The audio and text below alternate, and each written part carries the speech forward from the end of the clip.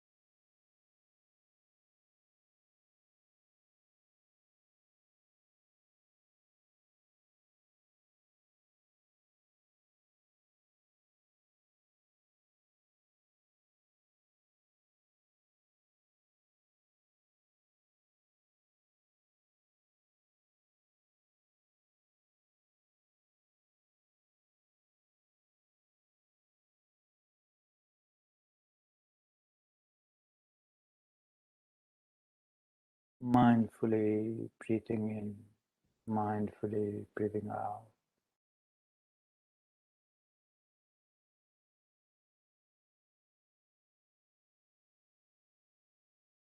With single pointed attention on your breathing,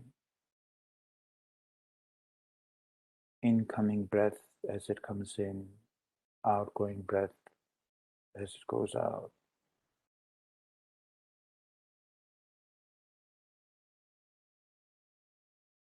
On this small triangle area above your upper lip, at the entrance of the nose, inside the walls of the nose.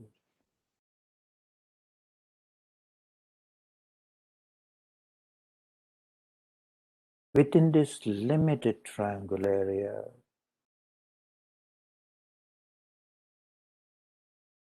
observe the respiration, the awareness of respiration, distinct awareness of respiration.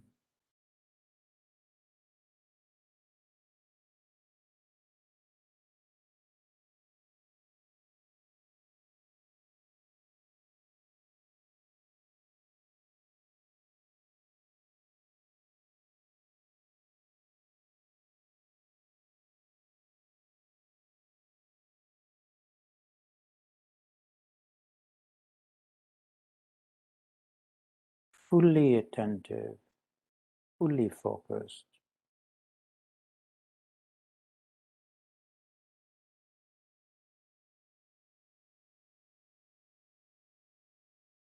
Natural normal breathing, natural normal breathing.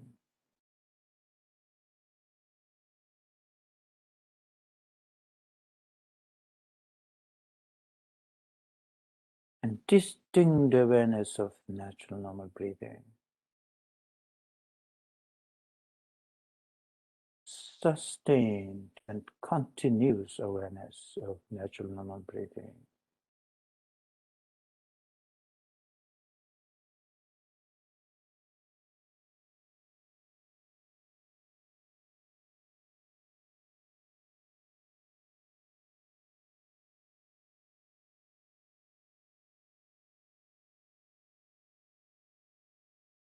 Mind wanders. Quickly try to realize it, capture it back.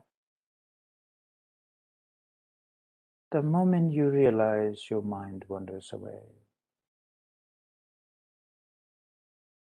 patiently, persistently bring it back. Back to the awareness of breathing.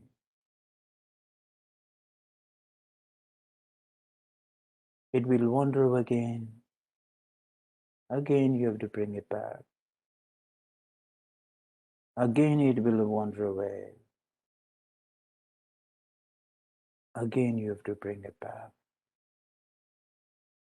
Repeatedly, repeatedly.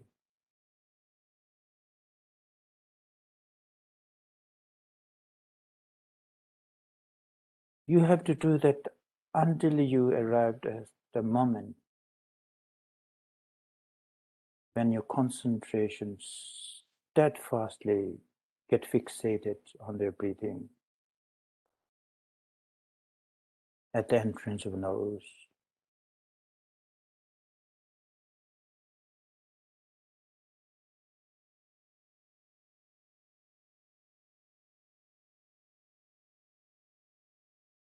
So patiently, persistently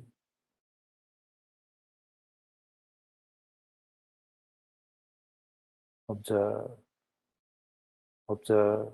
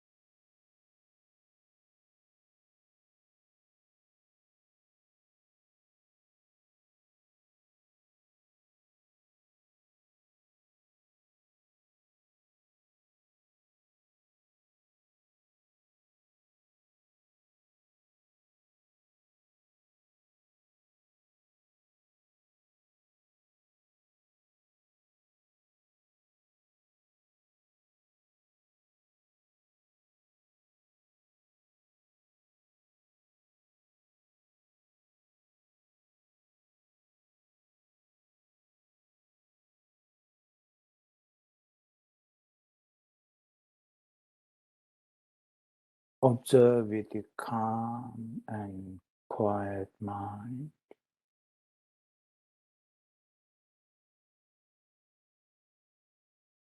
alert and attentive mind, attentive mind,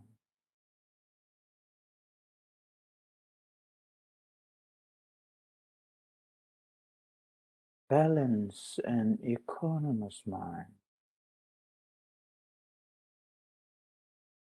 equanimous mind.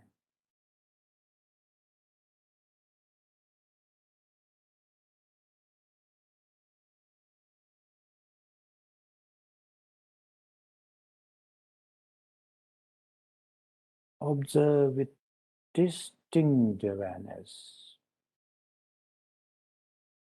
If your awareness is clouded, misty,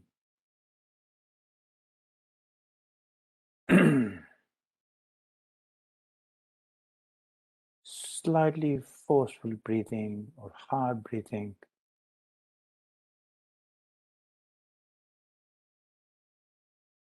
for a couple of minutes,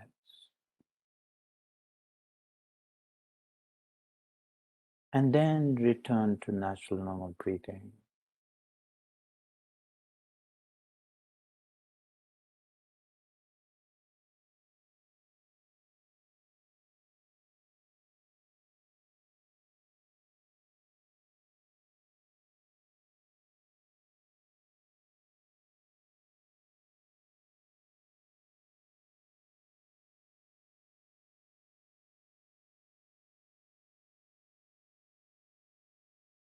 You will realize that there are two major hindrances of your meditation. One is mental agitation.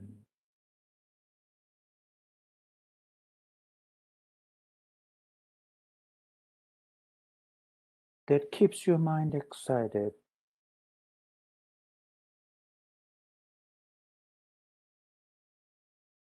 so that mind keeps thinking different thoughts, various thoughts. jumping in the past, into the future, into the past, into the future. Not allowing you to observe the present moment. The present moment.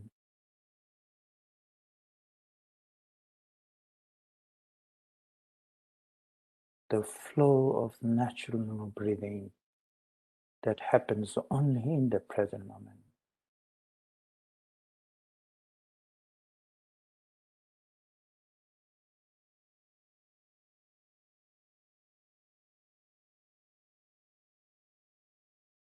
So you have to work hard to overcome this difficulty, this challenge. That's the most difficult obstacle for us to overcome.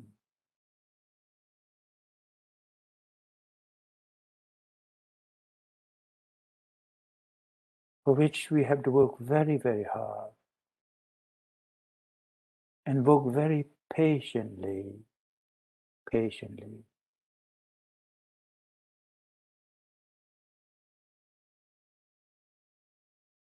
And gradually you will see change within yourself.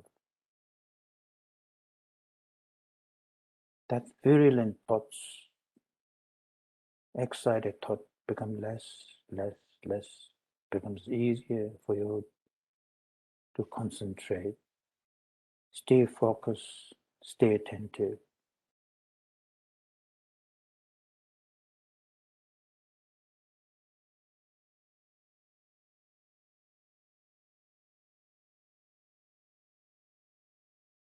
And the other major hindrance is laxity or lethargicness, kind of sinking mind, drowsy mind,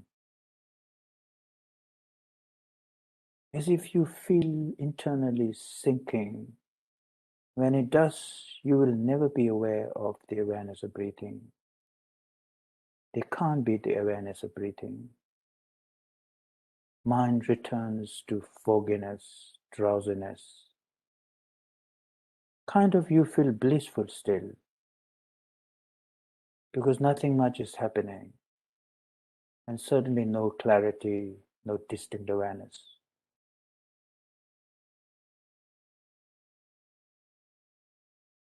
That's the opposite of excitement. But still, a real opponent, real challenge that we need to overcome to succeed in the meditation.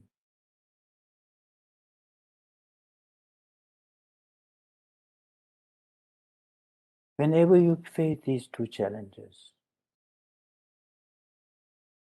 use forceful breathing, your breath.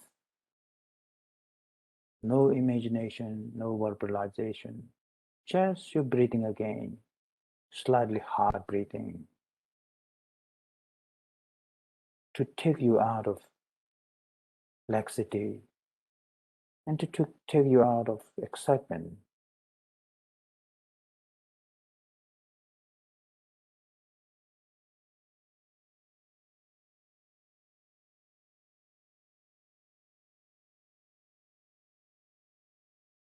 Either way,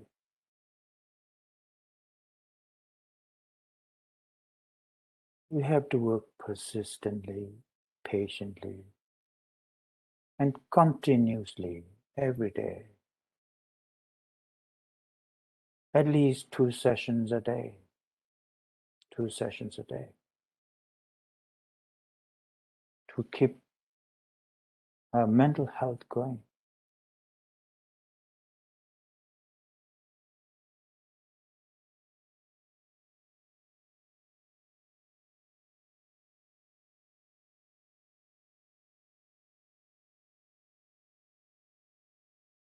To get the clarity of our mind. To maintain the clarity in the awareness.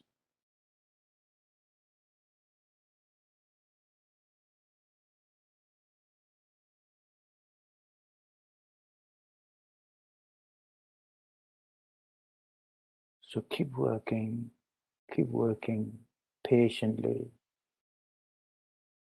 persistently.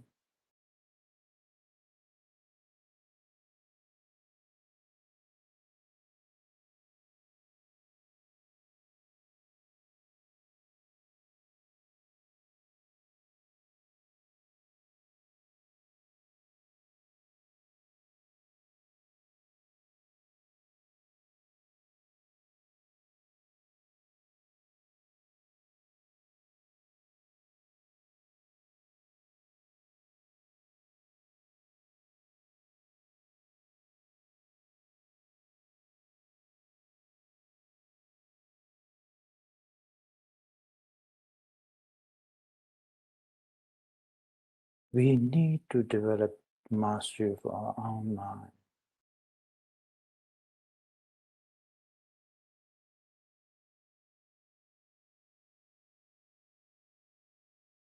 Secret to happiness. Other things matter, but nothing matters as much as the joy, the satisfaction, the health we get from these exercises.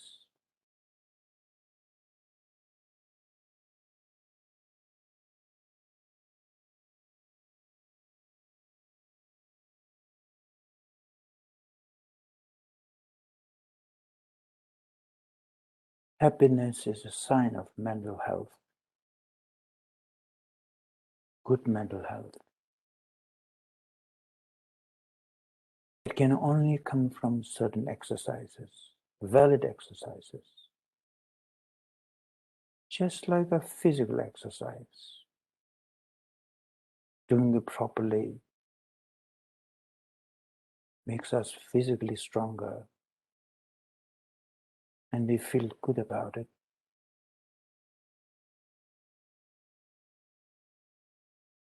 Doing the mental exercise to keep our mind healthy, sharp.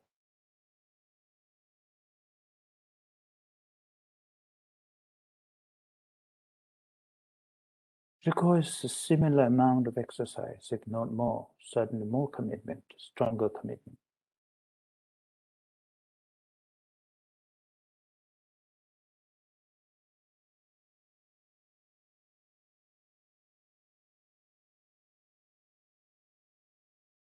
There is no miracle, no magic.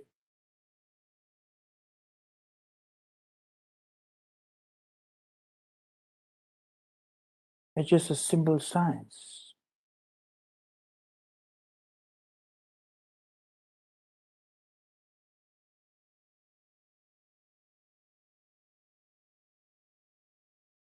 Science of cause and effect, action and the fruit.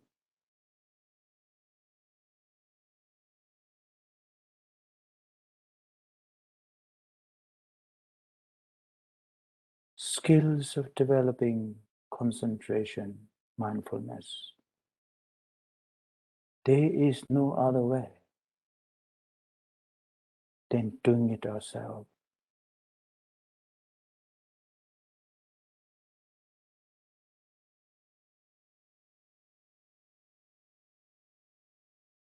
No one can give this skill to us,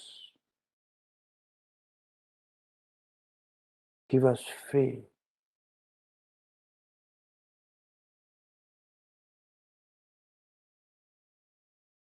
Each one of us has to earn, work hard, do the exercises ourselves.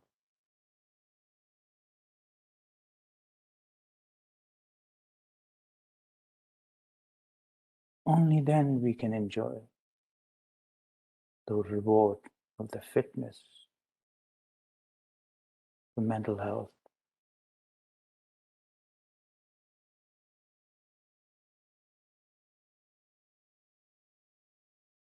Enlightenment, so-called, Buddhahood, so-called.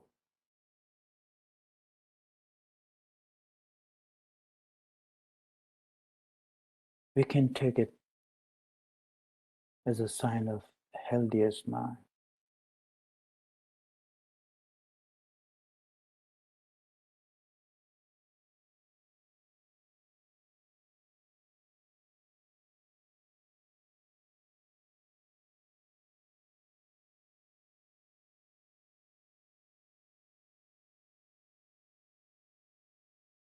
So keep working, keep observing.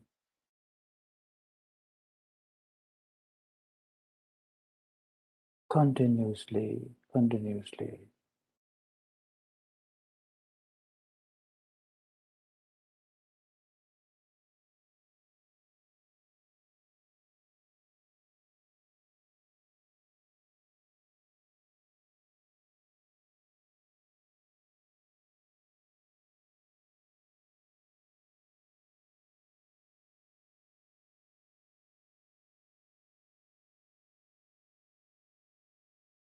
Okay, thank you.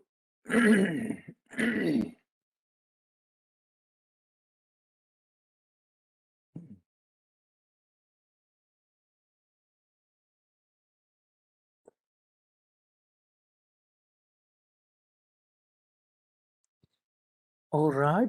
Excuse me. Can you hear me properly, Lindy? Great. Okay, so again, my humble suggestion, even to understand, this is how I take it, even to understand the deeper level of this sutra, the meaning, especially when Buddha says, Ekaya Namako, there is only one way. Buddha basically says, in the end, there is only one way, and that is Buddhayana, the term, the vehicle of Buddha.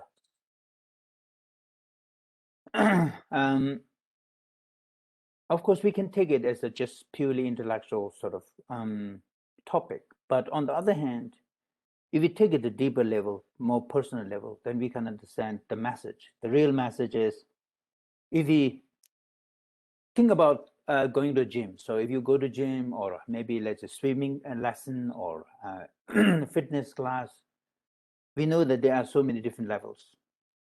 The first day you go to the fitness class is going to be a very tough one, the most difficult one. The second day is tough, but still little less tougher than yesterday. And the third day is going to be tough, but it's still going to be little less. And if we keep going again and again, then of course we gradually pick up the rhythm, and then things becomes easier and easier. And once you essentially are able to move with the rhythm, then things becomes very easy. So in the same way, I think Buddha's teaching need to be understood phenomenologically, especially from one's own experience. And that's the point. In the end, and the experience has so many different layers. And one layer, today, let's say if you have done one very intensive meditation, and during that meditation, let's say 10-day discourse. So if you have been to 10-day courses, very intense meditation, and you hear a teacher's talk. Now, when you do the first 10-day retreat, you actually are able to interpret, understand Buddha's teaching on one level. Keep your practice going whole year, and then do another 10-day. Again, you listen to the same discourse that you heard for the first 10-day discourse. Your interpretation, your understanding is going to be deeper, another level. You attend the third 10-day courses. You listen to the same teaching of the same teacher. The way you understand, the meaning is going to be deeper, because your experience is going to be deeper.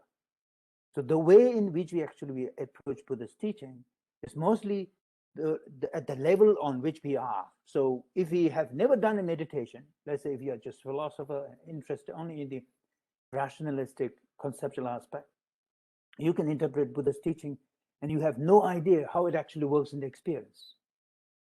So that level is totally inaccessible for you if you are just purely rationalist intellectualists. And people are actually, of course, there are a lot of people who are very, let's say, even kind of to a certain extent arrogant about that. They think that I'm a rational, skeptic individual. I have no room to just believe in what experience tells you, because after all, experience, most of the experience are faulty because it accesses so many different levels, and most of our experience, ordinary experience, are anyway very deceptive, and not only deceptive but also very misleading, because deep sense of I is not purely intellectual. A deep sense of I reveals through our own experience, and we learn through experience, and there is no more deceptive phenomena than the sense of I, which actually reveals through our experience. Because ultimately, whenever you think, even if there is a little bit of pain and ache, oh, I'm in pain, I'm sick, that kind of. So sense of expressing our deep intuition that are embedded in the ignorance mostly comes out through experience. So experience can be different, have a different depth. For this reason, I think when we approach Buddha's teaching, and especially Lotus Sutra, even though if you look like, you might see it's kind of very intellectual and very elaborate, and sometimes in fact unnecessary elaboration, so deep. For us, that's how we read it, actually. I mean, for me, even if, for me, somebody who studied Buddha's teaching for nearly like nearly 35 years in my life now, almost like still some of them are like anecdotes. But somebody who has a much deeper experience than myself, of course, would have a very different meaning of the whole sutta.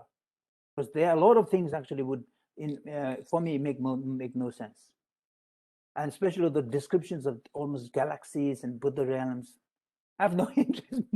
I don't seem to have much interest in that. I'm not sure what you're feeling, but so I'm looking at particular sort of kernel of message, doctrinal principles that interest me. Anyway, so I thought of connecting with our own experience of meditation, and that's very important, because after all, we want to gradually get benefit from Buddha's teachings. Otherwise, what's the purpose of actually spending our time and wasting our time talking about this stuff, unless it actually brings some concrete change in our life? If there is no concrete change in our life as a result of learning Buddha's teaching, then either Buddha's teaching is no good, or what we are doing is basically fooling ourselves. So, and I hope neither of them is true.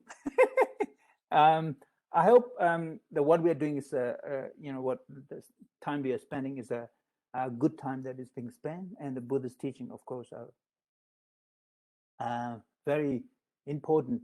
Because if you look into the history of thousands of Indians, actually, Buddhists, I say, particularly India, and then of course most of the Buddhist countries, what they are doing, especially those who actually meditate, are the ones who actually practice and experiments Buddha's teaching. And when you do the experiments, do the exercises yourself, and then you get benefit, of course there is no validation, no other validation that is more important and more compelling than that. No conceptual, no rational justification would be sufficient, because of course if you have rational justification, conceptual justification, that's good. At least you can say, oh, Buddha's teaching is rational, that's great. But if it does not bring the concrete benefit that we want in our life, say when you do the exercise, meditation, and of course you can't expect much by doing 15 minutes morning here and there, but there will be slight I think benefit.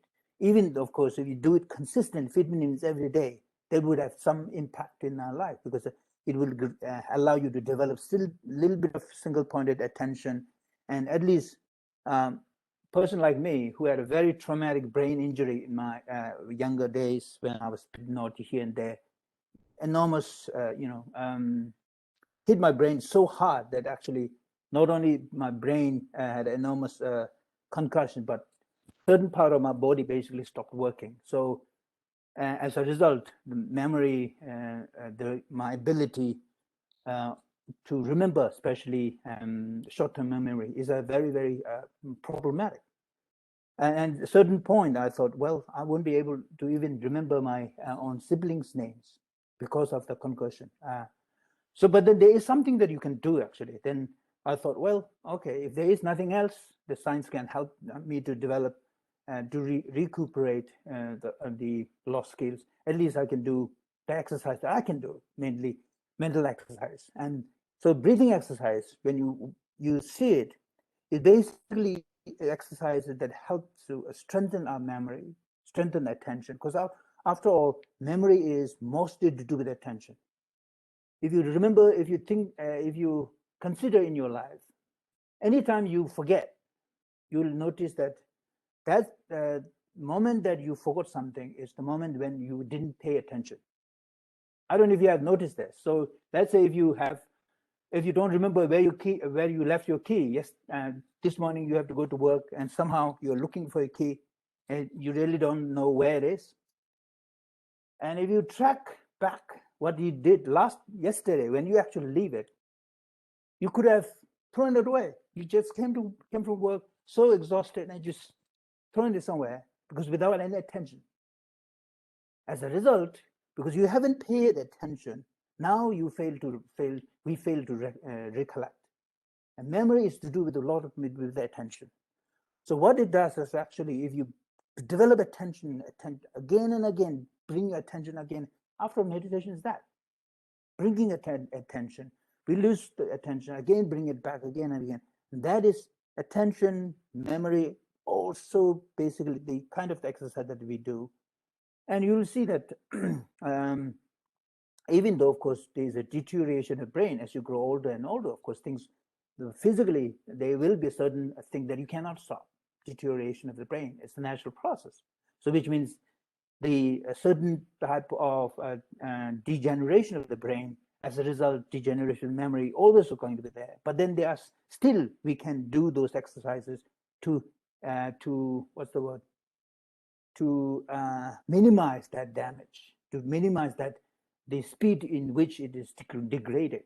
So these exercises I see is absolutely crucial, even for that kind of exercise. So the point is, we can't expect to have magical sort of miracle results just or not doing it, or just believing that a prayer is going to work.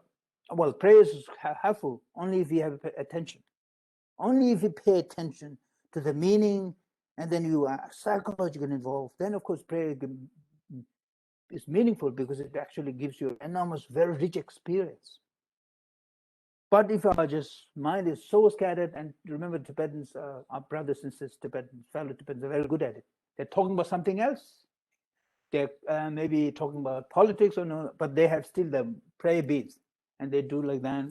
And they occasionally say from the mouth, they're talking about something else, they're thinking about something else. There's not a shred of attention paid with what that is being doing. And there, of course, there is no result.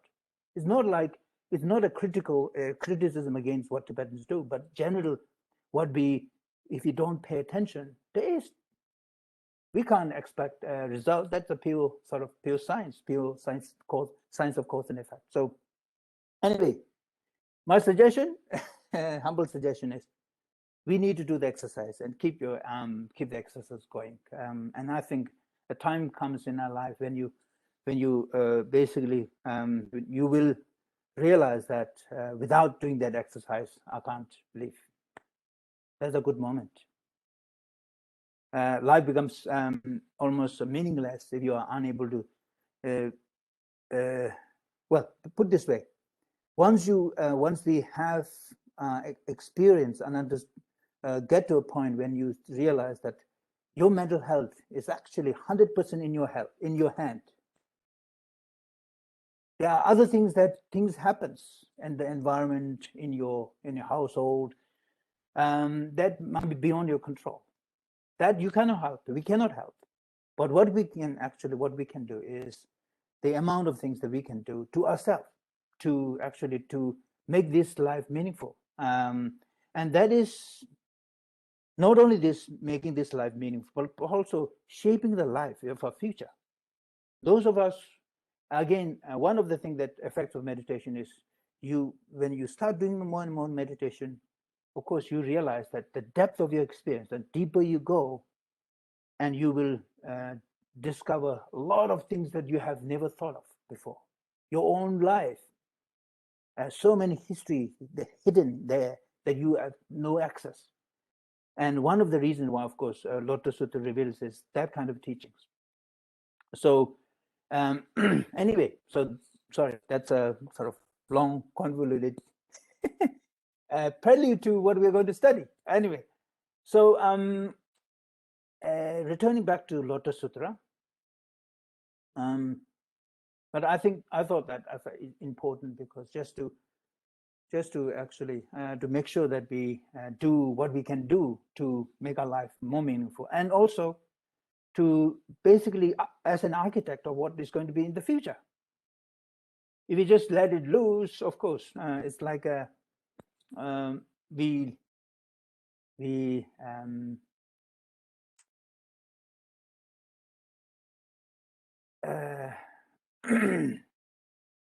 we basically fail. We are failing ourselves to be able to utilize the opportunity, the intellect, the intelligence we have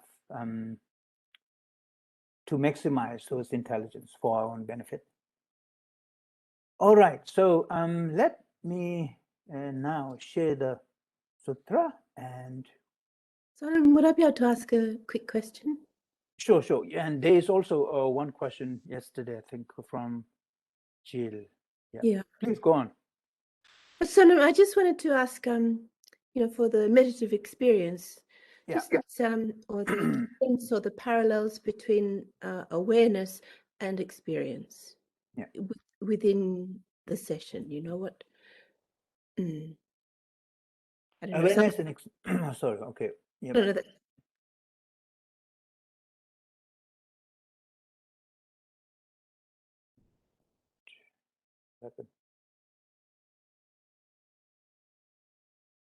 Okay, so awareness.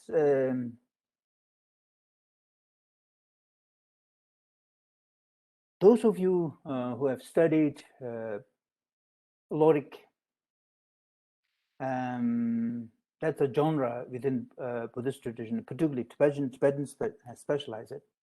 It's a science of what we call now basically Buddhist psychology and Buddhist philosophy of mind.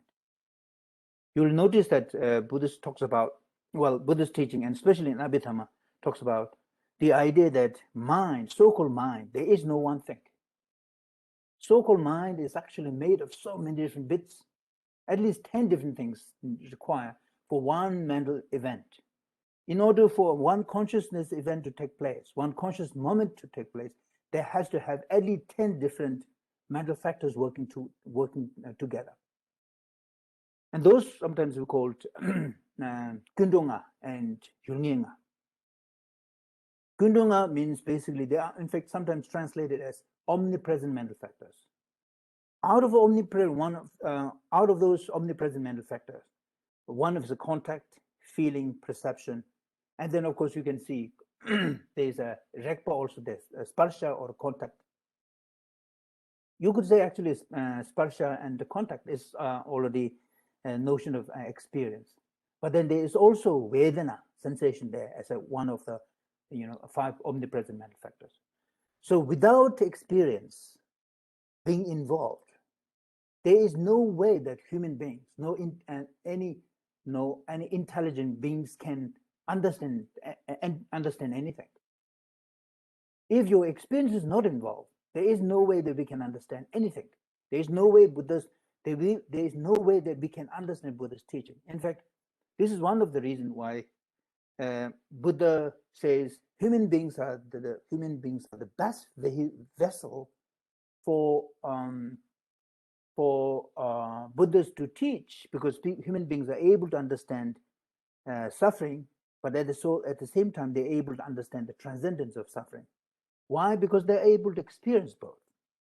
In the realm of God, especially in formless God, Buddha can't teach.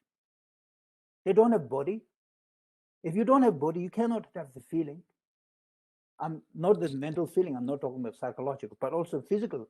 If you don't have physical, of course, there is no gross sensation anyway, because those forms in the arupa realm or formless realm, forms our bodies are contained by just simple oxygen or air.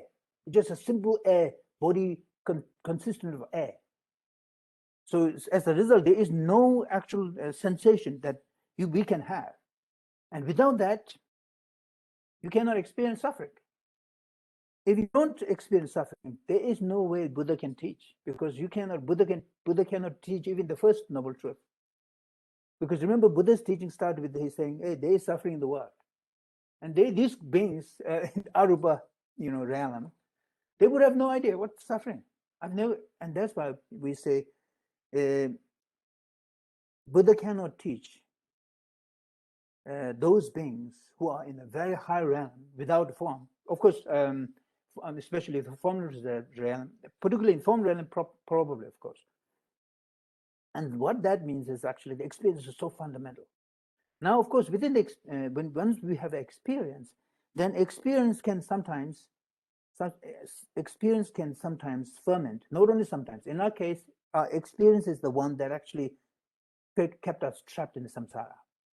Because those three types of experience, if it is pleasant experience, we want it, and we are so fixated, and we want it more. This is the result. This is what we call attachment. If it is a unpleasant sensation, we don't want it, and we hate it. We hate it so much that we consistently hate it, and this hatred actually results us to be trapped in the samsara. And there's type of experience what you call a neutral experience. Neutral experience, neither pleasant nor unpleasant sensations. They're actually like a blanket fog type of experience we have, but we really don't know. As a result, it is basically generated. It becomes a source of ignorance. So in the end, in the ordinary life for ordinary beings, those three experiences are actually becomes pleasant experience becomes the source of desires, the cause of our desires. Unpleasant experience becomes a cause of hatred, and neutral experience becomes a cause of confusion. So therefore, since all our life there are only three forms of type of experiences, and we fail to understand them, the only result is to be trapped in samsara, and that's why we call samsara precisely because this cycle. They always constantly revolve around these three type of experiences. Now, so for the meditator, the reason why, of course, for ordinary beings, the reason why we get trapped is because of the lack of awareness. And that's where the awareness is important. Meditation, if we are not aware of those experiences, then these give rise to defilements. If you are aware of the present experience, it doesn't mean that you have to deprive yourself from pleasant experience. You can enjoy the pleasant experience.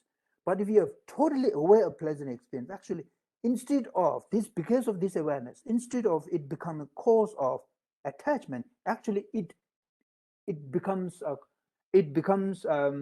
cause of a liberation from attachment. And that's absolutely crucial for the meditator. So this is awareness, sometimes we call it sati. Remember in all meditation manuals, sati, Pali word, smriti, Sanskrit word, Tibetan we call tempa. And in English translation, sometimes people translate this awareness. Sometimes translates as memory. And now, of course, most popular term is mindfulness. Mindfulness has both aspects. One is the awareness aspect, which actually keeps aware, and especially when you think about your meditation, when you focus on the breath, you will notice that you are not only just focusing on the breath here, but you also want to understand the nature of breathing, whether it's coming in, whether it's going out, whether it's warm, whether it's cold. That is the awareness conjoined with the understanding, and now that awareness acts as a wisdom.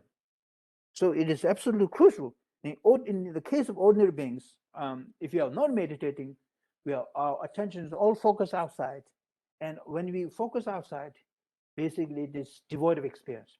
When you bring that awareness, bring your attention within our body, and now when you are fully attentive, but then of course you understand, and if you basically start observing what happens is, then those three poisons start actually turning head. So Generally, if there is a lack of awareness, then pleasant experience would give rise to attachment. Now, with the awareness, the pleasant experience would give rise to the freedom from attachment. And that's the absolute crucial path of meditation. Those three paths. You can now, of course, turn those experiences into as a path. In the beginning, it becomes a path of samsara.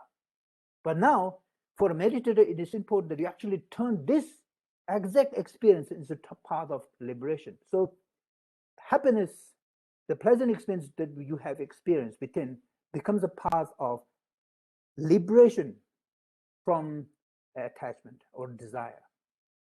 And again, in ordinary case, if it is a suffering, there's so much of pain again, and then we would generate hatred, ill will, anger against it. Anger becomes more and more stronger and stronger if the awareness, the wisdom is missing. Now, in the case of meditator, you bring your awareness, understanding, and when it does, instead of the unpleasant experience giving rise to anger, actually we gradually develop liberation from anger. That's absolutely crucial. That's why we call it, when we say Döcha Lamkir, Shedang Lamkir. Döcha Lamkir means taking desire as a path for liberation. Now, this is exactly. Otherwise, taking desire as a part of liberation, taking anger as a part of liberation, taking ignorance as a part of liberation. How do you do that? You bring that awareness within your own body, use your bodily experience, and when you do that, of course, there are very important three tools. So, confusion. Generally, if you have no understanding of what you experience, just whether it's unpleasant or whether it is neither pleasant nor unpleasant, that's what we call a neutral experience. And we just ignore it without making a differentiation. So what it does in ordinary case, it actually it results in the confusion, more and more confusion, what we call ignorance. Now, the reason why it becomes ignorance is because awareness is missing, attention is missing, and most importantly, understanding of this experience is missing. Now, if you turn into meditative gaze, you realize, okay, this so-called unpleasant experience, actually it's still anicca, constantly changing, arising, passing, just like any other thing. It turns into this neutral experience gives rise to the freedom from confusion, right? So that's why this becomes also Nyumong Lamkir or Timung Lamkir you want. Those three, so that's why for the meditator, it's absolutely crucial that within your own experience, you actually give rise to, or make those three rich experience as a path, not as a path of samsara, which is general reaction. So now the next question, of course, is, but how does these three actually, the awareness of these three leads to the liberation from attachment, liberation from anger, liberation from confusion? Well, what happens when you are aware? When you are aware of and mindfully aware of your bodily experience. So in the case of pleasant experience, right? In the case of pleasant experience, when you observe the pleasant experience, remember you are not annihilating it. You are not running away from this. You're actually observing the pleasant experience. In fact, if you're a meditator, the more you meditate and with a strong ethical foundation, that's very important. Very strong ethical foundation. I mean, we can talk about this ethical foundation a little later if we get time. But the idea is with a very strong ethical foundation, which means very strong shila, strong shila.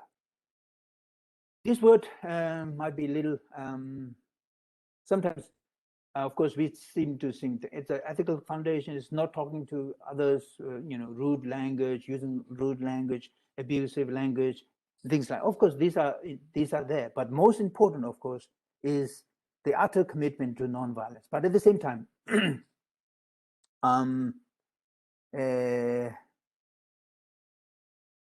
to put it bluntly, let me say, preserving sexual energy. This sounds a bit strange, but that is what it is, which means And that's why, of course, Buddha stressed so much on the importance of celibacy. The reason there is a very important reason. Why? Because in the ordinary case, when we are sexually addicted with a sexual passion, we cannot go beyond it because of the addiction with a sexual passion. We basically get trapped into the experience, and we can't go beyond that pleasure, because we think that sexual happiness, sexual bliss is the only happiness that human beings enjoy. No. Yes, we can think that, but if you maintain the what you call shila, and give ourselves time to understand what is happening, you develop more and more concentration, single pointed attention, you would notice that, and with a strong shila, the body has enormous body produce, mind and body becomes what you call produce so much of joy that's far exceeding, almost like the whole when you have a very, let's put it this way, when you have very hot summer, and there's a fan, and that fan moves, and whenever the fan moves, you have a very pleasant sort of vibration coming from the fan, very cooling sensation. Whole body can produce that kind of a sensation, but that happens only with total celibacy, which means not even celibacy in the sense strong control of one's own sexual energy.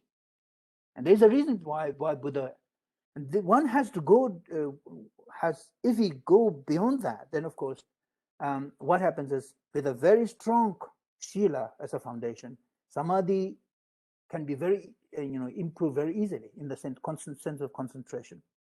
And with that, of course, with awareness, now what you're doing is just simply observing, and then when we have a very strong single-pointed mind, the moment when you look your bodily experience, if it is a pleasant experience, you'll notice actually change. There's no one thing that is so-called pleasant experience throughout. It's just changing. And if you look a little further, even that change goes faster. And that's the first thing you realize is actually all bodily experience are impermanence. That's called the wisdom of impermanence. No magic, no miracle, you're just simply observing it. But the observation, of course, has to have these two foundation of ethics, very strong shila, and the foundation of concentration. And that's why we have to do again and again, not only keeping the shila, very strong shila, but also doing the exercise, meditation again and again, because then we give ourselves the time to rise above our passion. When you do that, then of course we get your body almost has this power to generate so much joy, what we call pliancy, Xinjiang, Tibetan is in the Xinjiang Gitewa, Lu Xinjiang, Sem Xinjiang. Pliancy, in English, people translate as pliancy, but it's some sort of the ecstasy, mental ecstasy, physical ecstasy, so much rapture that is being produced. And now, so ordinarily we would be so blissful. This is what I wanted. When you do that, of course, we get trapped. We want more and more, and because the addiction habit is there always, and we don't have the awareness, ability to observe it critically, and you won't be able to understand it. It's actually impermanence, constant changing. If we fail to understand its constant change, then there is a possibility that it can give rise to passion. Then lust arises because of that kind of joy. But for meditator, you can enjoy fully, but with awareness, and with awareness, understanding constant change, wisdom of impermanence. And then not only that, you go deeper, not even this, there's so much joy, but also so pleasant, but nothing, no solidity whatsoever. Anatta, sense of no self, no I. There is no me, no I. There is no one that, there is simple experience of happiness, but there is no one who enjoys it. There is no self, no I in there. So these things gradually emerge with the foundation of experience. So to answer Lindy's question, sorry, Lindy, took a little bit long, but it's I think a very important question. So in the same question is, why do we have to have the experience and the awareness together? What is the magic and miracle about it? And that's so, the magic and miracle about that is precisely because we have the experience already. Now, if we just basically get ourselves captivated with our own experience, ordinary thinking, in what other people say. Oh, experience is a wonderful thing. Yeah, but Buddha starts with the experience. Starting point is experience. But if you just stay there, we are trapped. There's no way.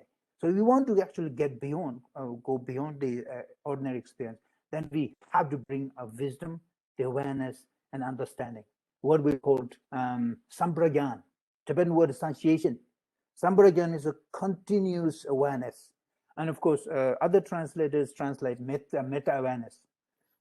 If you have noticed the latest translation of Geshe Thupten Jinpa's work, and also other works of the Tibetan history, what is it called? Classics, Indian Buddhist philosophy classics, 2 volumes that is being produced recently. They have translated Shishin as meta-awareness. But for a meditator, yeah, of course, there is a sense of meta-awareness because there is almost like witness. You're just observing, you are observing unaffected, observing bodily sensation. But that continuous awareness, a sustained awareness of this bodily experience, that is meta-awareness in the end. Meta-awareness or the initiation is the wisdom aspect that has the ability to bring the transformation. So that's why, yes, bringing awareness with the experience so fundamental, Lindy. Thank you. Okay. Any further question? I think there's one question Jill asked. And the question is, isn't it the case that Pratyek Buddha, Shravaka, Pratyek Buddha, and Bodhisattvas, before they enter into the Buddhayana, they're all already established liberated individuals with a strong foundation, ethics foundation. Is that the question, roughly? Have I got your question, Jill?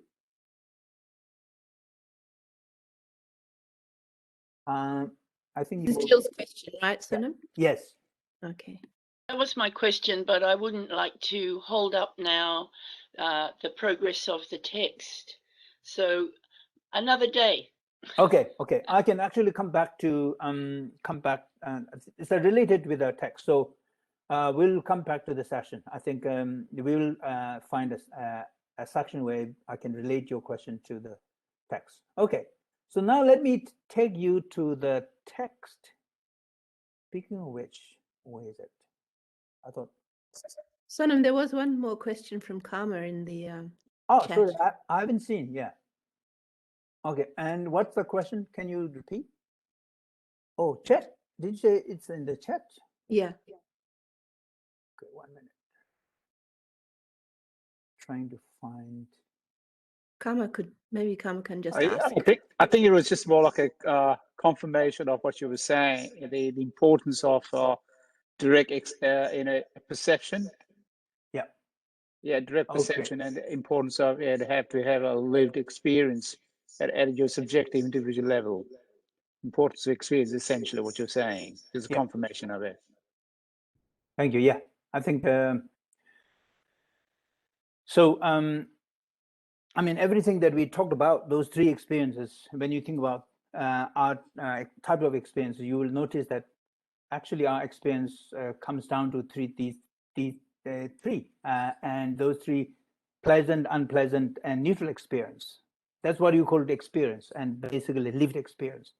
And now ordinary beings cannot transform those lived experience into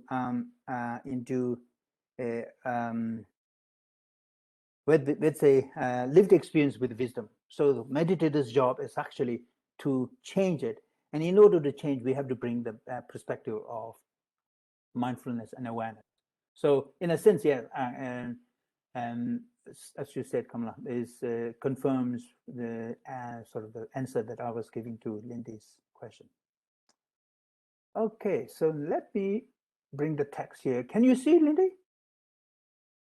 What are you seeing at the moment? Are you able to see the text? Yes, Sonam, it's we're viewing the text with the table of contents right now. Yeah. Okay. Oh, good. Okay, so looks like we are. Yep. Make it a full screen, maybe. Sure. If we can do that.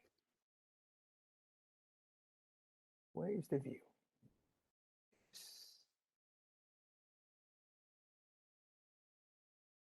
Okay, so it's great. So basically, remember, if you quickly recap what is happening, what happened so far. We have in the chapter 1, we had this Buddha basically demonstrating or exhibiting miracle, kind of miracles, and many of the Buddhist disciples were kind of lost, and so they couldn't understand what's happening. And then Maitri asked this question to Manjushri, and Manjushri explained why, what is the sign of this Buddha's miracle being demonstrated this time, and it's a sign that Buddha is going to. Manjushri said it's the sign that Buddha is going to give us a teaching on Lotus Sutra. In chapter 2, Buddha rises up again from his deep meditation, and then, of course, explains to Shariputra and others, and starts giving actual teaching of Lotus Sutra. And Lotus Sutra, of course, and this Lotus Sutra is a teaching based, essentially emphasizing on Buddha's various skills. And one of the skill is actually to be able to teach in different ways, what we call upaya kaushalya, skill of using different techniques, different discourses, different styles to help different beings. But of course, in this text, remember, there are certain significant doctrinal issues that arises. One is akayana, the notion that there is only one way, there is only one vehicle, there is only one way. Of course, if you interpret it in a very secular context, that people might think that, oh, this is like a very sort of dogmatic point. But Buddha was saying that in the end, of course, here is the point. The point is that in the beginning, even though ultimately there is only one way, and that is the way of a Buddha, which means that the reason why the way of the Buddha is the ultimate way is because that is the most exalted awareness and the expression of human intelligence to start with. So whereas Pratyek Buddha, Shravaka, disciple of hearers, and the disciple of solitary Buddhas and Bodhisattvas, they are more like transition. Sometimes you could say like rest points, somewhere you have a long journey ahead, and then because you are so tired, you basically had to find some resting place. And they actually said that these Shravaka and Pratyek Buddhas, they are more like a transition point. So they are not ultimate. But before disciples reach at that point, Buddha says, yes, practice according to your own inclination, your own desire, because it's almost like remember, that's why, of course, we will have a parable. More parables comes. So chapter 2, of course, we have the whole discourse on skills, and not only the skills of this notion of ekayana, and that, of course, surprised Buddha's disciples, especially Shravakas and Pratyek Buddhas, because they thought that they have never heard it. And now, interesting thing is, in chapter 4 and chapter 5, Buddha was saying, no, they have heard it long time, but they could not actually, they could not embrace the meaning. And Buddha gives a different different reason how it has happened. And in the third chapter, of course, what we saw is this parable of old house with a very rich owner, with 400 sons. And of course, the interesting parable actually tells you that this old house, burning house, is the samsara. Now, if you are like this old man, of course, in the end, represent Buddha, old man who uses wisdom, not his strength, even though he is a very strong, and wisdom to get all those 500 sons out of this big house that is on burning. Now remember, burning, samsara usually has also, in Buddhist texts, it's a burning, the metaphor is always there. It's always house on fire, literally burning because of desire, burning because of attachment, burning because of anger, burning because of confusion. So these houses burn, literally this big house that you see in the parable, chapter 3, that is the samsara. And what happened was, this old man, of course, wise man, he was able to bring his sons by enticing him. Remember those 3 carts?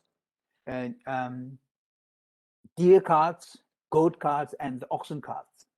So he said, okay, you guys, house is on fire and children don't understand. So then, I don't understand what fire is. So in order to tempt them, he said, I will give you those cars, the cars that you all cherish, those 3 beautiful cars, but you have to come outside the gate. So they flocked outside the gate. And when they came outside the gate, he gave only 1 cart.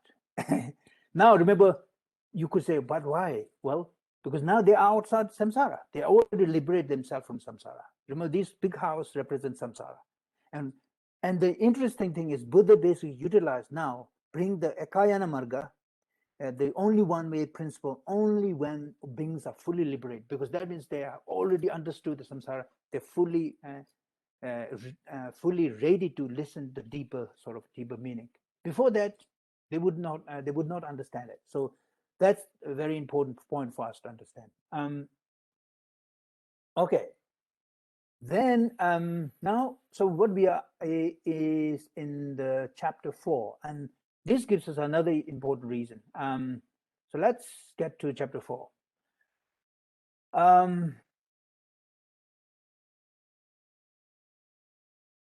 So in chapter 4, it says, this is aspiration chapter, and that actually the title itself is quite significant. And sometimes the chapter titles actually are not that significant, but this time I think is quite significant, because what it means basically that even though Buddha would give one particular teaching, and that is almost universal, but depending on our own aspiration, we would interpret and we would understand that way.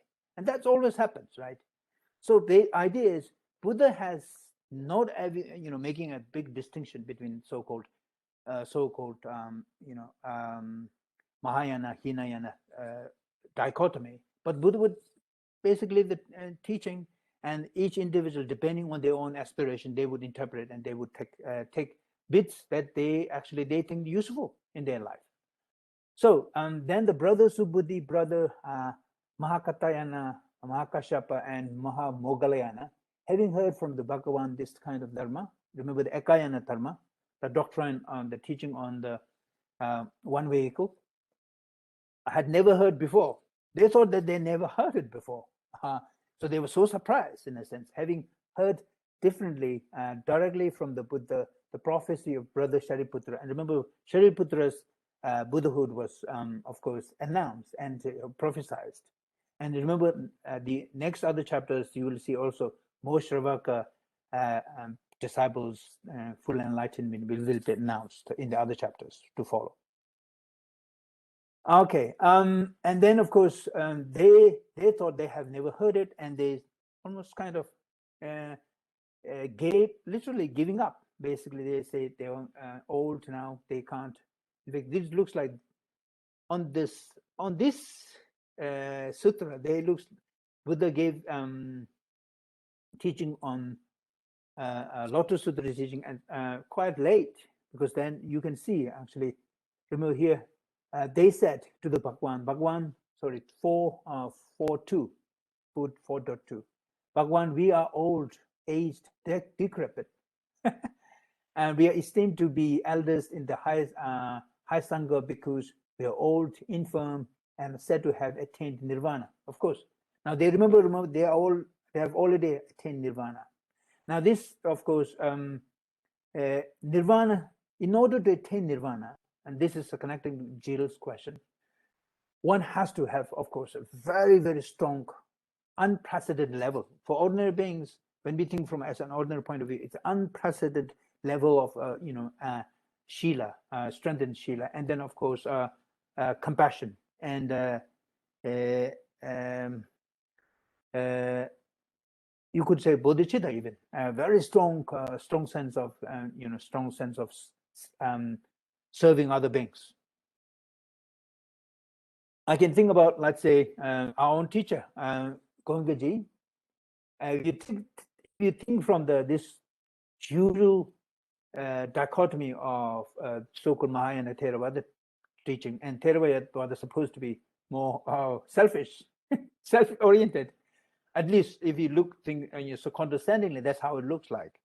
But if you look at Goenkaji's life history, then you can see actually how much of the service that he has provided, and it's the whole verse is passed away, and you can see how many, literally nowadays at least 500,000 people in the world, the different centers and meditators, so many every week, even in this small Tasmania,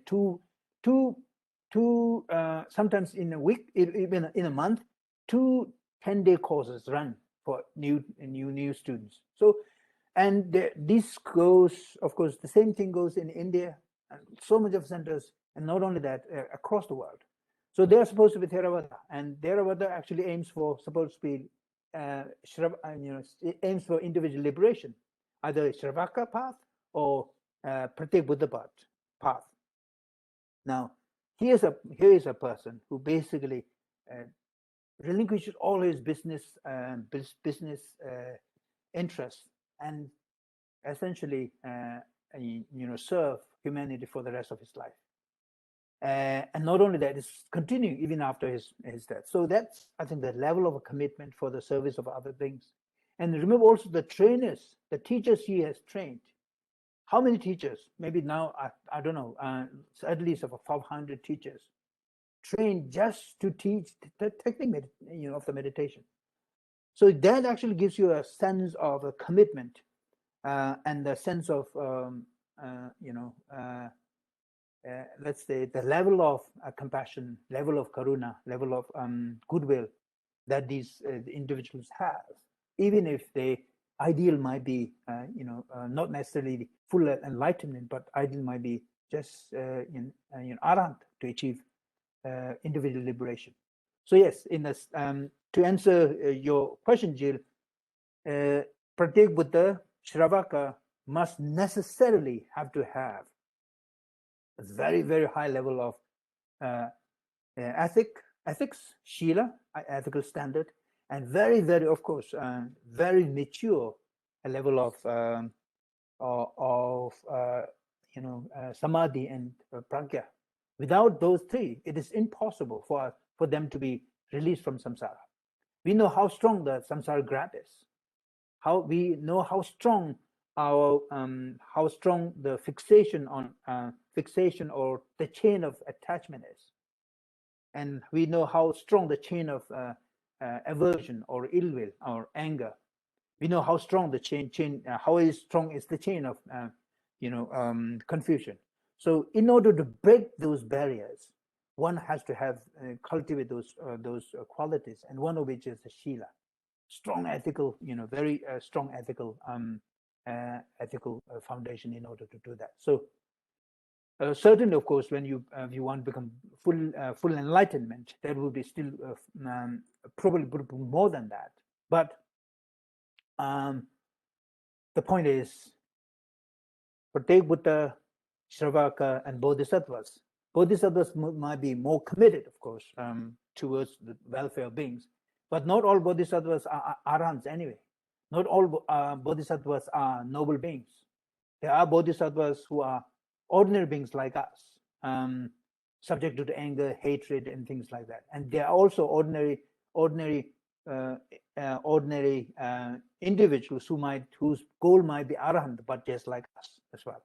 So in the end, yes, of course, the maturity of those beings cannot be underestimated. And sometimes, of course, when we have this dichotomy of Mahayana, Hinayana, we tend to look down upon those individuals, which is, I think, a very sort of sad. So I think sometimes we have to understand Buddhist teaching sort of holistically, sort of point of view, and we look from the totality then we cannot underestimate anything. And not only that, if we don't work progressively, of course, there is no way that we can take a high jump. And sometimes we have a what do you call, what sometimes are called Mahayana sense of arrogance and as if that we can sort of jump up there straight away without taking care of any basic steps. But those basic steps are absolutely crucial. So if we fail to take basic steps of understanding suffering, understanding impermanence, if we have no understanding of impermanence, there is no way that we can take any jump. So the impermanence understanding is so fundamental, and we cannot understand impermanence until unless we actually come back to a body. And that's why if you look at the Satipatthana Sutta, Smriti Upasthana Sutta, they are the 4 foundations of mindfulness Buddha taught, not somebody else, not the people who followed Buddha's teaching later on, but Buddha taught those 4 foundations of mindfulness in the beginning. And there are these 4, but you will see that every one of them actually one has to come back to a body. If you don't have, if you basically don't use a body as a tool, there's no way we can ground our so-called understanding on experience. Because after all, is this body so important? Because that actually gives us a lived experience. If you don't have the body, you're just like a formless being, unfortunately, we can't practice Buddha's teaching. So which is why body is so crucial. Okay.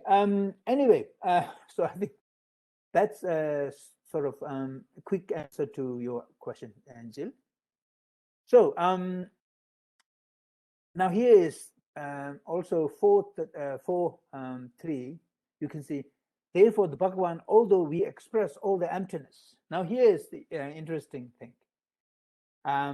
Absence of attributes, absence of aspirations in the Dharma, that Bhagavan is teaching. We have not hoped for the display. Buddha's realm. Of course, that's what Buddha did. Buddha literally displayed in his magical demonstration. He not only basically taught this profound teaching that they thought they'd never heard, but not only that, actually displayed all different types of Buddha realms, the galaxies. The play of bodhisattvas or the play of Tathagatas that are in these dharmas of Buddha. Why is that, Bhagavan? We have escaped from the 3 realms and we are said to have attained nirvana. Well, so now almost like these Shravakas who are already enlightened, almost doubting themselves. Now having Buddha said that there is only one way, and that is the Buddha's way. You guys have attained nirvana, yes, but that's not there's a still long way to go. So almost like they are, in this sense, doubting with what they have achieved. Therefore, Bhagavan, even though we have taught and instructed others, now this is interesting. These Arahants, of course, they're fully liberated, so they have so many disciples themselves. And some of them are bodhisattvas, which means they give teachings based on those, and so he says, instructed other bodhisattvas in the highest complete enlightenment. We ourselves, Bhagavan, have not given rise to a single wish for such a thing. Now, that's interesting. So in this, according to this sutra, Arahants actually have, bodhisattvas, disciples. So because Arahants knows bodhisattva's mind very clearly, and they teach according to bodhisattva's ideal, so Arahants teach it, bodhisattvas give bodhisattva teachings. But they themselves do not rise up to the level of bodhisattva aspiration. And that's why this chapter is all aspiration. And the reason why Arahants do not give rise to Buddhahood is because they do not rise to the level of this aspiration to become a fully enlightened. Whereas other beings, they do. So if there are other beings amongst their disciples, they are bodhisattvas, they would teach bodhisattva teachings. And this is exactly, very clearly mentioned here. Bhagavan, we were amazed and astonished to hear about Bhagavan just now, the highest complete enlightenment being prophesied even for the Shravakas. So they thought that, well, The job is done. And remember, if you look at the Pali Sutras, they say, now your job is done, you're liberated, load is unburdened, you're a free individual. And this is always how Arahants are explained. Now Buddha is almost saying, no, well, job might be done, but still they're still way ahead almost. So of course there is a surprise. And that literally sort of play with, I think, the dichotomy between so-called Theravada and, well, Hinayana and Mahayana teaching. So Bhagavan, today we have unexpectedly heard words from Tathagata of a kind that we have never heard before, which is a great gain. Well, kind of great gain, but to their shock to a certain extent. Okay, so then if you go a bit further, so the point is, this Akayana teaching on the one-way discourse, or Tathagata or Buddhayana. In fact, most of the actually sutras, even this word Buddhayana, which actually appears in this text, it's not one of those. I don't see. Of course, I admit there are so many texts that I haven't read, I haven't seen, but most of the texts that we usually read, Shastras, Buddhayana is not. It's not one of those words that you will come across often. Bodhisattva yana is all, of course, Pratyek yana, and Shravaka yana. Those are frequent phrases that you come across, but not Buddha yana. And so, of course, certainly in this case, even the Arahants got surprised. 4.6, Bhagavan, this is how it appears to us. So Sukada, this is. And this is how it appears to us. Bhagavan, it is like the following analogy. So now here, I'm not going to read this, of course, whole, because it's a very long, essentially it's an analogy. It's a simile of the relationship of the father and the lost son for about 50 years. So the text tells us, so it's the situation like this. Buddha, remember the context here is this. Buddha gave teaching on Buddhayana or Ekayana. There is only one way. So basically, part is eventually the goal is to become a Buddha. And then Buddha said that he has given this teaching all along, but they failed to hear it. So you could question, but aren't there these individual Buddhas, Arahants are there all along with the Buddha? How did they fail to notice? How did they fail to register this teaching? This is a very important question. So in order to answer this question, this parable is given. So basically, parable says this, right? A very man lost his son for literally like 50 years. And then the man eventually becomes very rich, very rich. He moved to a city and established a business, a very rich, and of course, a grand mansion. And his lost son, apparently loitering around, begging food and other things. And eventually so here, the poor man, yes, seeking food for 4.7, seeking food and clothes around, so wandered away. And eventually, of course, in that, so he kind of accidentally come to his father's house. And further kind of catch hold of him, understood, recognized his son. And here actually what he did, he literally forced. So I'm basically abbreviating this analogy a lot. Basically, they're long, so I don't think we will have time to read. But the point is, I think, quite simple. Okay, where is this? So yeah, he basically said that you are my son, and you have to say basically. And the beggar was kind of frightened. He was frightened, and he basically said he's shocked, frightened, and afraid, and he basically moved, ran away, literally rejecting his father, or not realizing that it is his own father, because it can't be. He thought he just ran away.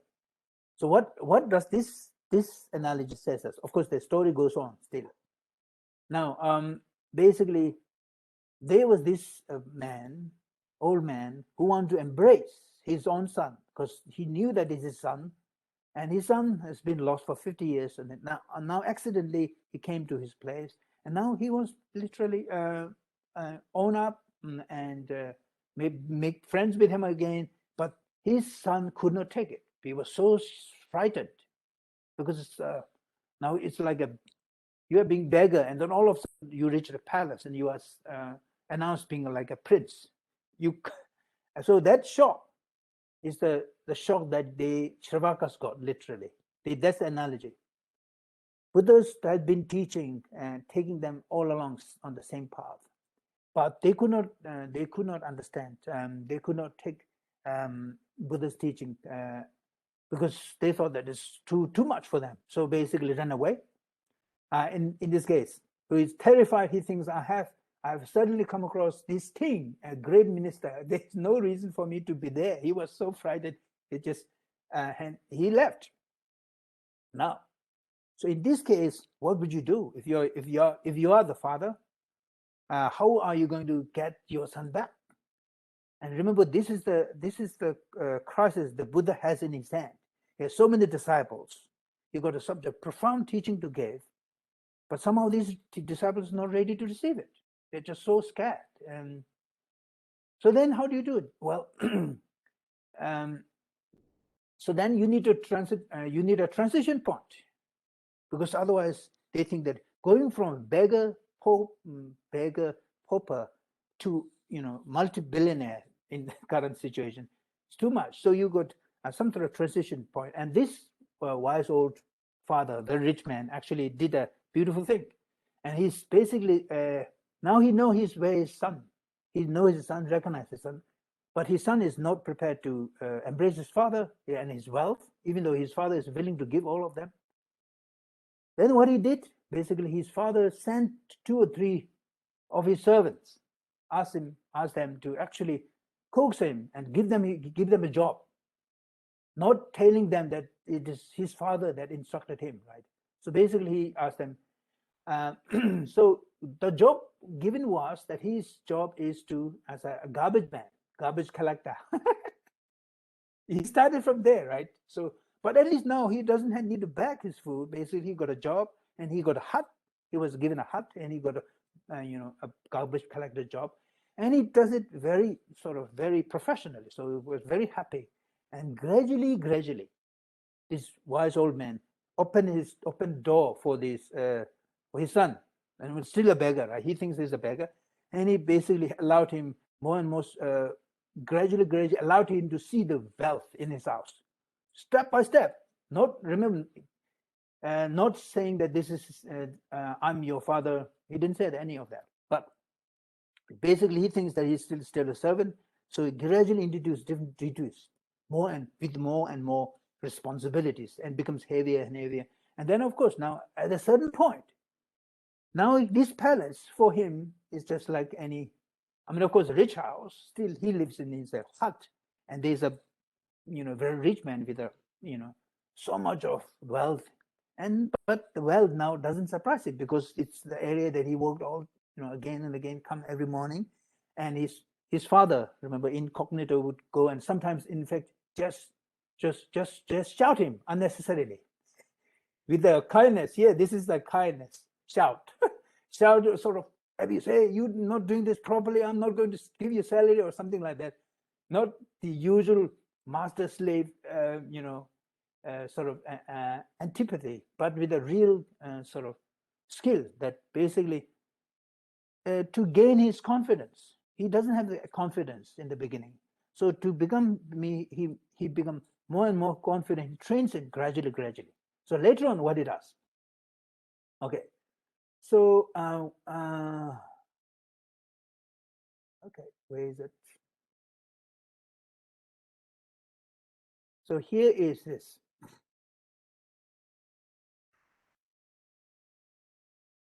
His father comes near and says to the man, "Don't bring this man to this way.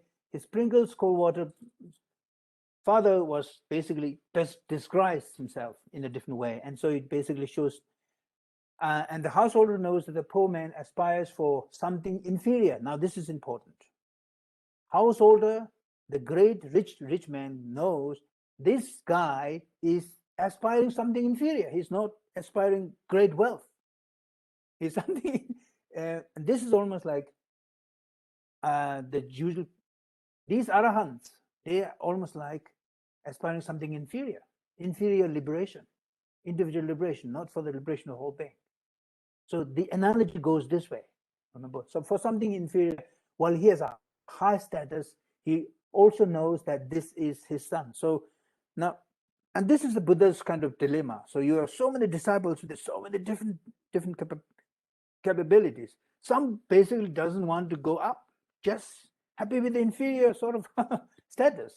And so if that's the case, you can't just mesmerize or puzzle somebody with giving very profound discourse. So at that time, Bhagavan, the householder, using a skillful method. Now this is now Pratyek Buddha is basically explaining what Buddha is doing.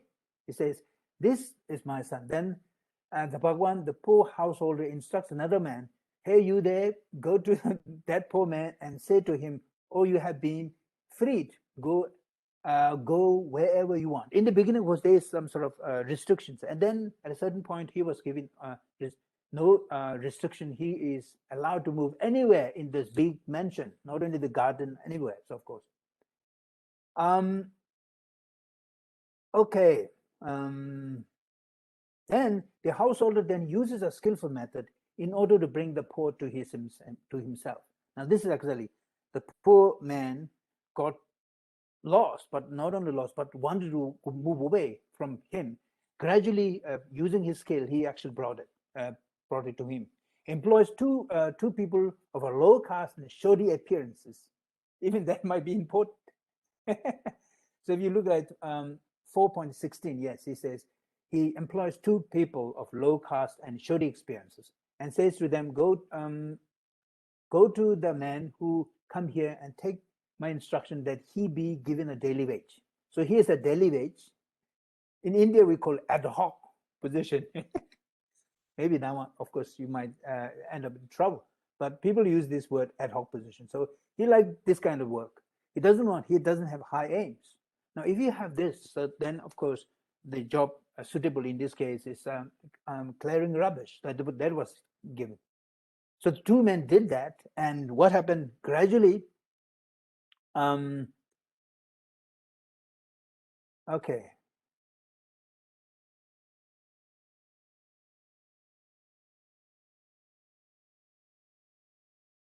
I think we can skip that.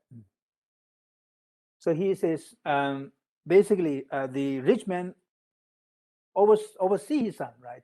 So he sometimes greets his son afar, and approaches him, having approaches, "Don't stay here, take basket and carry the rubbish away." These kind of instructions that he doesn't need to give. There are other people who can give, but he comes up with a disguised, and then shows up. Basically, he wants to see his son, and this is the Buddha wanting to see his disciples, interact with the disciples, teach them, gradually sort of confident. Okay, then, and he says at a certain point, he says, then, okay, I have an old clothes. Okay. If you need it, ask for it. Now here, now basically, beggar gradually becomes familiar with a rich man, and beggar, rich men start giving clothes. Old clothes. He can't give a new clothes because otherwise he'd get dazzled and might run away again. No, I've never worn new clothes. I don't want one. So he says, yeah, old clothes. Why not? He start with the old clothes.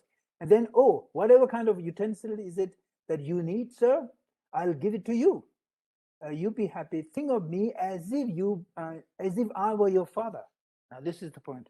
He is a father, but he can't say, I'm your father, come and I can give you. Because he would run away. And right. Why? It is because I am older and you are younger. Now here's the justification. This is exactly in the sense Buddha, who has so much of disciples to cater for and bring and develop them, right? That kind of skill. And then he said, well, he says, no, otherwise if you're ordinary beings who will say, you're my son, I'm your father, because I gave birth to you, or something like that. He didn't say this. I would say, just because I'm older and you're younger, so why not? So that's actually kind of acceptable explanation for him. Okay, and so and he says, you have done this work without a deceit, deception, dishonesty, pride, hypocrisy, ingratitude. Now, remember this. That's the quality of this beggar. He doesn't do anything, unethical. He was a very ethical person. Does do everything, and he's exposed to all the wealth. He doesn't go and steal anything. So that has his, so you could say virtue, one of this virtue. But one of the misvirtue or non-virtues is that he doesn't have this enough confidence to rise up with that kind of aspiration. So then he says, from this day on, you will be my own son, born from my, what is that? Okay, I have not seen you for you to have even one more fault, such as I have perceived in other. And from this day on, you will be my own son, born from me. Now he's actually, the rich man almost has the courage to say this, and the son is not running, running away.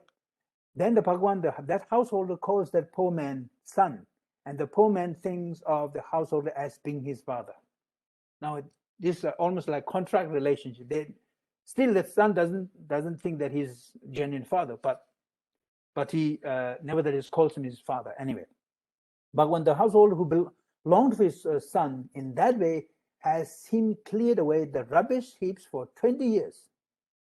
After 20 years have passed, the poor man has no anxiety about. Now here is the important point. The poor man has no anxiety about coming in and out of the householder's residence, and lives there in a straw hut.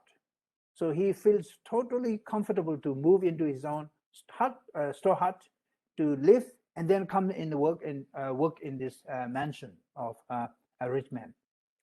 And that by that time, Bhagwan, the householder, has become a weaker, and householder, of course, the rich man has become weaker. He perceives that he is approaching the time of his death. He says to the poor man, "Oh, you come here. I have much money, gold, property, grain, treasure, and so forth, and I wish to give them to someone who will take them, who will preserve them. All this you should know." Basically, just say, "Okay, now I'm old. I need somebody who actually is a trust, who I can trust, and who is going to make good use of this wealth." And that's basically instead. And then he says, "Why? Oh, what is it? Okay. All this you should know. Why? Why is that? I just have been the owner of this wealth. So are you. You will not waste anything of mine." Now this is this basically. Now you can see the old man is totally comfortable to reveal his ultimate intention. This old man is no other than the Buddha, right? The Buddha has ultimate intention to lead young to give for all his wealth of knowledge and understanding to his son. But now, of course, he's ready, so he reveals this. So Bhagwan, the poor man, in this way comes to know the householder's great amount of wealth, gold, property, gain, and so forth, and it does not ask for any of it, not even something the value of prasada for floor.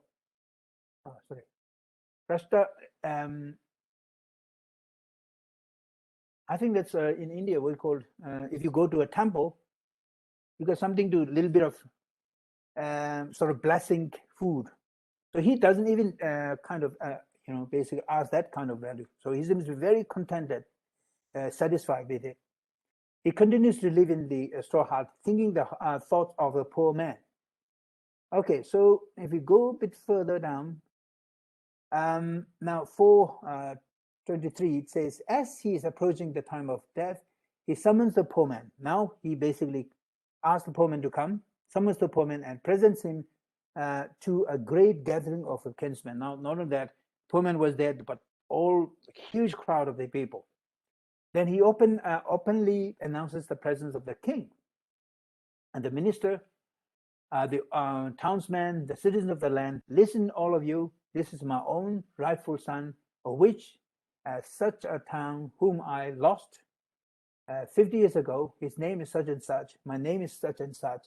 In order to find him, I came here from that town. This is my son, I'm his father. Whatever it is that I own, all of it I bestow upon him. He has full knowledge of even the least of the possession that I have. So this is what he does. And this is like exactly like what Buddha did. Basically, where Buddha says there is the ultimate, there is only one way, and the profound teaching of Buddhayana, which Arahants could not take. But when even initially they could not take, but eventually, when of course at the right time, Buddha reveals to them. Now, just like this old man basically reveals very skillfully, trains his son, and basically develop his confidence. And now he has his confidence to own and make use of the wealth he was bestowed by his father. So he says, Bhagwan, that poor man, hearing that the time those words, is amazed and astonished, just like those Arahants. He thinks suddenly I have obtained such money, gold, property. Bhagwan, in the same way, we are like the Tathagata son. Now, remember this whole simile is not the simile that Buddha himself used, but the simile that these Arahants used to explain what Buddha was doing. And then he says, in the same way, we are like the Tathagata son. Tathagata, remember, Buddha's son, and Tathagata is just like the householder. So this is, in essence, the metaphor that is being used here. Bhagwan, we are pained by the three sufferings. What are those? What are those three? They are the suffering of suffering. And now, of course, this is brief sort of. Excuse me. Now, if you look at the ideals of Arahant, what is the Arahant's ideal? Ideal of Arahant is to actually escape samsara. Even the escape samsara, I usually don't prefer this word escape, but I'm not sure what your preference is. Freedom from samsara seems to be much better. And escape seems to be running away, but actually you can only escape samsara by actually facing the samsara. And that's the point. You can't run away the samsara. That's the problem. The only way we can free ourselves from samsara is actually understood, know it exactly, just like this old man who actually established a firm relationship with his own son, understood all his desires, and gradually built his confidence. In the same way, if we really want to escape from the samsara, we cannot run away. That's why escapism is not the solution. It's actually the other way around. We have to come back, understand samsara fully, and understanding the samsara, that itself is the freedom. So now, of course, what are they interested? Well, they're interested in actually freeing themselves from samsara, attaining moksha or the liberation, or what we call nirvana. Now, in order to do that, of course, they had to understand the nature of suffering, because samsaric life is full of suffering, and there are three types of suffering. The suffering of suffering, of course, that doesn't need any arguments. Every one of us actually experiences, and COVID-19 brought this really into sharp focus, in the global focus. Everyone, people who think that they can do everything with the money, now know. Even not only countries think that they can even tame not only the globe but also some other galaxies in the part of the world. They know that actually all we need is this small tiny virus, and we can understand the fragility or the vulnerability of our human life. So that's the suffering of suffering. Suffering of composite, that is slightly different, and that's suffering of composite is actually to do with the suffering of these five aggregates. If you really want to understand suffering at the deeper level, we have to go at that level, because we without going at the depth level, there is no way that we can understand. And in order to do that, we have to use body. Just looking around, the trees falling, earth, shaking, sort of storms destroying the properties. That's not actually Buddha's teaching. That is ordinary parlance. Everybody would know that this is just a impermanence. But the true impermanence that actually has the liberating force It requires us to go and return to a body, reclaiming a body, being within a body, and understand anicca, impermanence, interdependence.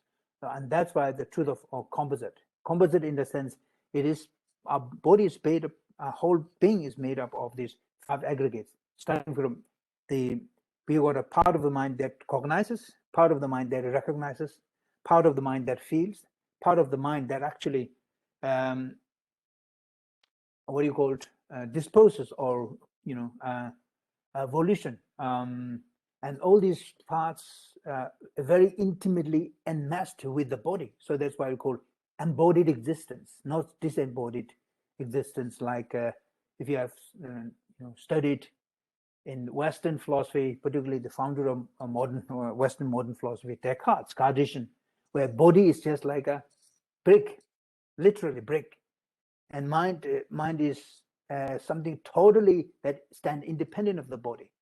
That's not the picture of the body that you see in Buddhist literature. The body we have is intimately connected with the mind, and without mind you can't have that body. Without body you can't have that mind. So mind and body cannot be separated in this. Of course, we can only make a conceptual distinction, but when we have to work together as a furnish, we have to use this body. So that's why this body becomes so important for us to understand the nature of suffering, particularly the composite suffering and the suffering of change. That's where the impermanence is. Of course, we know that change, deeper level, all of us, I used to be a little younger. I suppose all of you used to be younger. When you were used to, your body used to be a lot more flexible. You used to be able to do a lot more things. But now, of course, we are not agile as used to be. So that's how things. But that's not the Buddha's teaching. That's everybody's knowledge. Buddha's teaching is deeper, and that deeper knowledge requires us to actually bring awareness back into the body. And the moment you bring awareness back into the body with observation, then you notice that the whole experience that we have is actually the whole body within you have. Whole solid entity that we think that we have is constantly changing. And that's called impermanence. And that change, of course, on the one hand, if we misunderstand this change, it becomes a suffering. But if we understand the suffering nature of change, it becomes a source of liberation. So that's a big difference, right? In other words, if we fail to understand suffering, we suffer more. If we understand suffering properly and from the root cause, actually we gain liberation from suffering. Example is simple. Think about coronavirus. The fact that we are unable to, in the beginning, unable to tame coronavirus properly is because we lack the knowledge of this virus, how it causes, what is the causes, the nature of the virus. And that's why we cannot create a solution. But once you understand the nature of how this virus proliferates, how it works, how it mutates, then of course we are able to, scientists are able to make a solution. Buddha's teaching exactly asks us to use our human understanding exactly in the same way. Use our knowledge to actually, as a part of a solution, so that we can come up. Okay. I think this bit, so he says, therefore, Bhagavan, we have contemplated many dharmas teachings that are similar to the rubbish heap. Now, giving us almost like, therefore, Bhagavan, we have contemplated many dharma teachings that are similar to rubbish heap, and we have been devoted to them, intent upon them, and declared dedicated to them. That's suffering. There's nothing beauty in, suffering is like a rubbish heap. But that rubbish heap is so important. Proper understanding of this suffering is the only way forward. If you think the rubbish heap, oh yeah, there's nothing useful in that, then of course, and that's where we are actually making a big mistake. Sometimes we think that Buddha's teaching is so high. It's like almost like in space, Chakchen, Thakchoe, Lamrim, Lamde, and all this, almost like emptiness, and all big stuff, conceptual, huge thing. I have no foundation whatsoever, and we are basically thinking these are rubbish, and we don't need it. Actually, it is understanding this I mean, unfortunately, this word rubbish we use here to, suffering, to describe suffering. Yeah, it's something unpleasant. But this, in order to encounter, understand, and transcend unpleasant suffering, we have to go there, understand, familiarize, and fully become competent to face it. And so we are not running away. And that's why actually even the metaphor gives you a very good analogy. The metaphor of old man trying to understand the nature of his son. He has to understand the nature of his son and gradually allow his son to grow, right? Confidence. And that's what happens. The sufferings might be like a rubbish, but it is precisely in understanding that, rubbish or the suffering that actually gradually gives us the confidence to move forward, move ahead. And then, of course, Chakti makes sense. Then Dzogchen makes sense. Everything else will make sense if we understand suffering.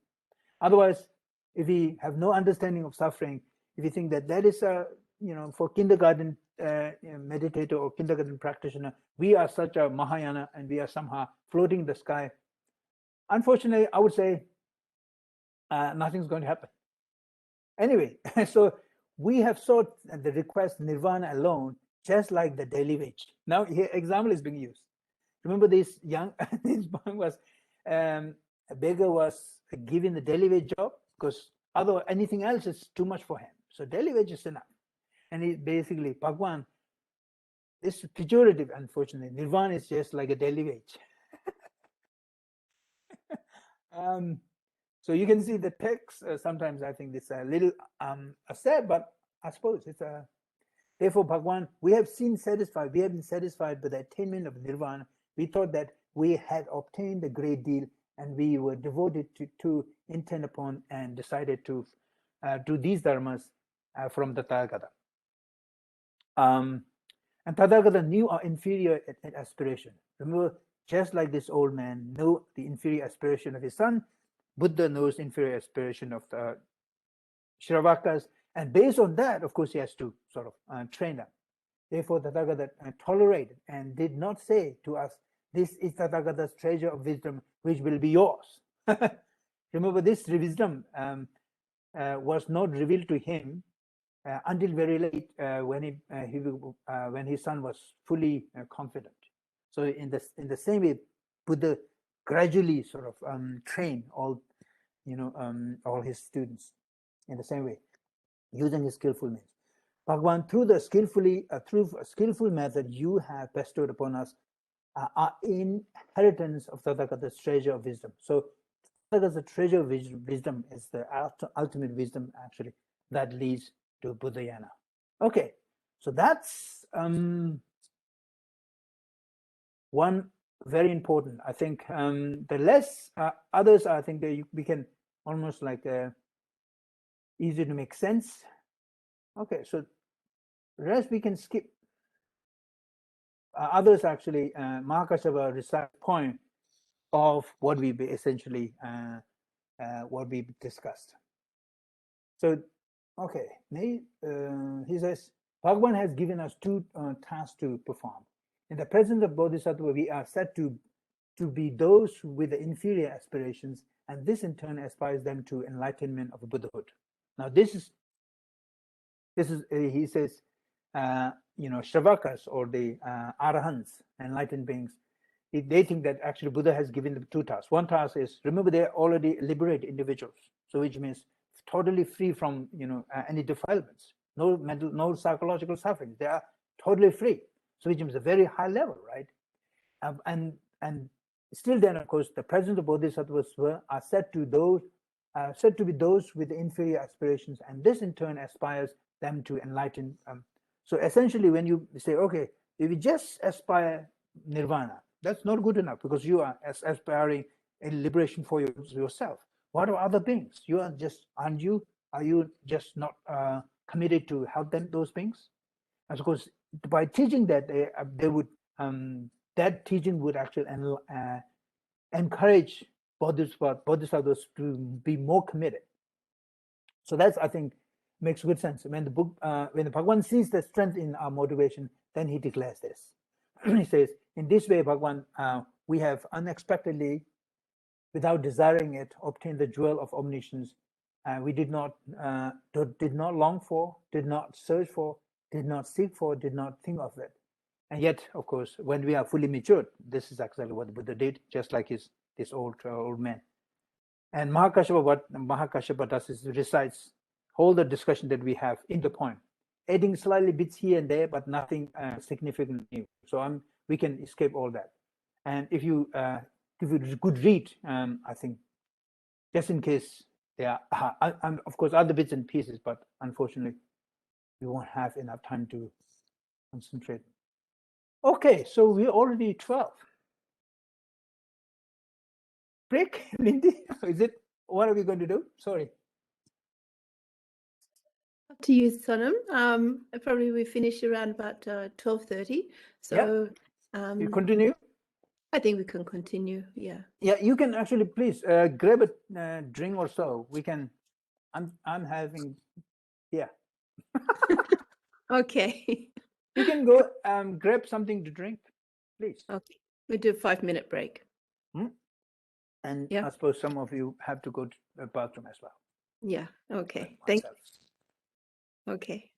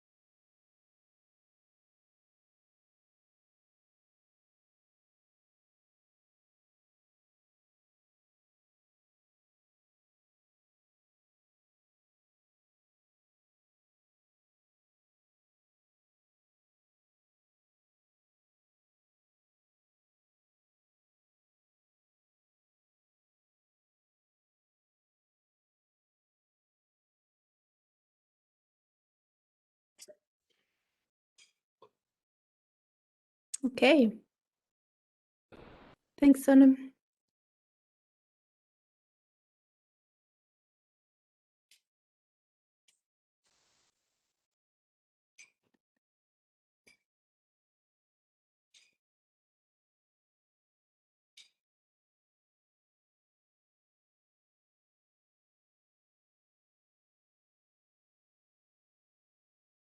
So Sonam, you can unmute.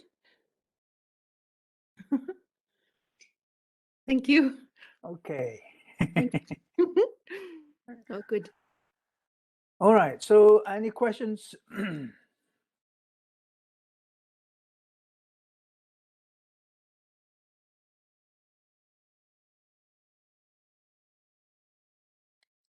That metaphor was, I think, quite helpful. I mean, all these metaphors are very interesting, and so if you think deeply, and they actually are able to help us to understand many sort of different multidimensional side of Buddhist teachings. Okay, so now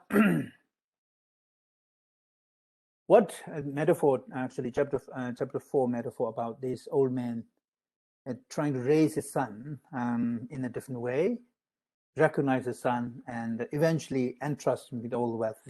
I think also idea is that's how Buddha ultimately trains his students to become the owner of their own self, if you like.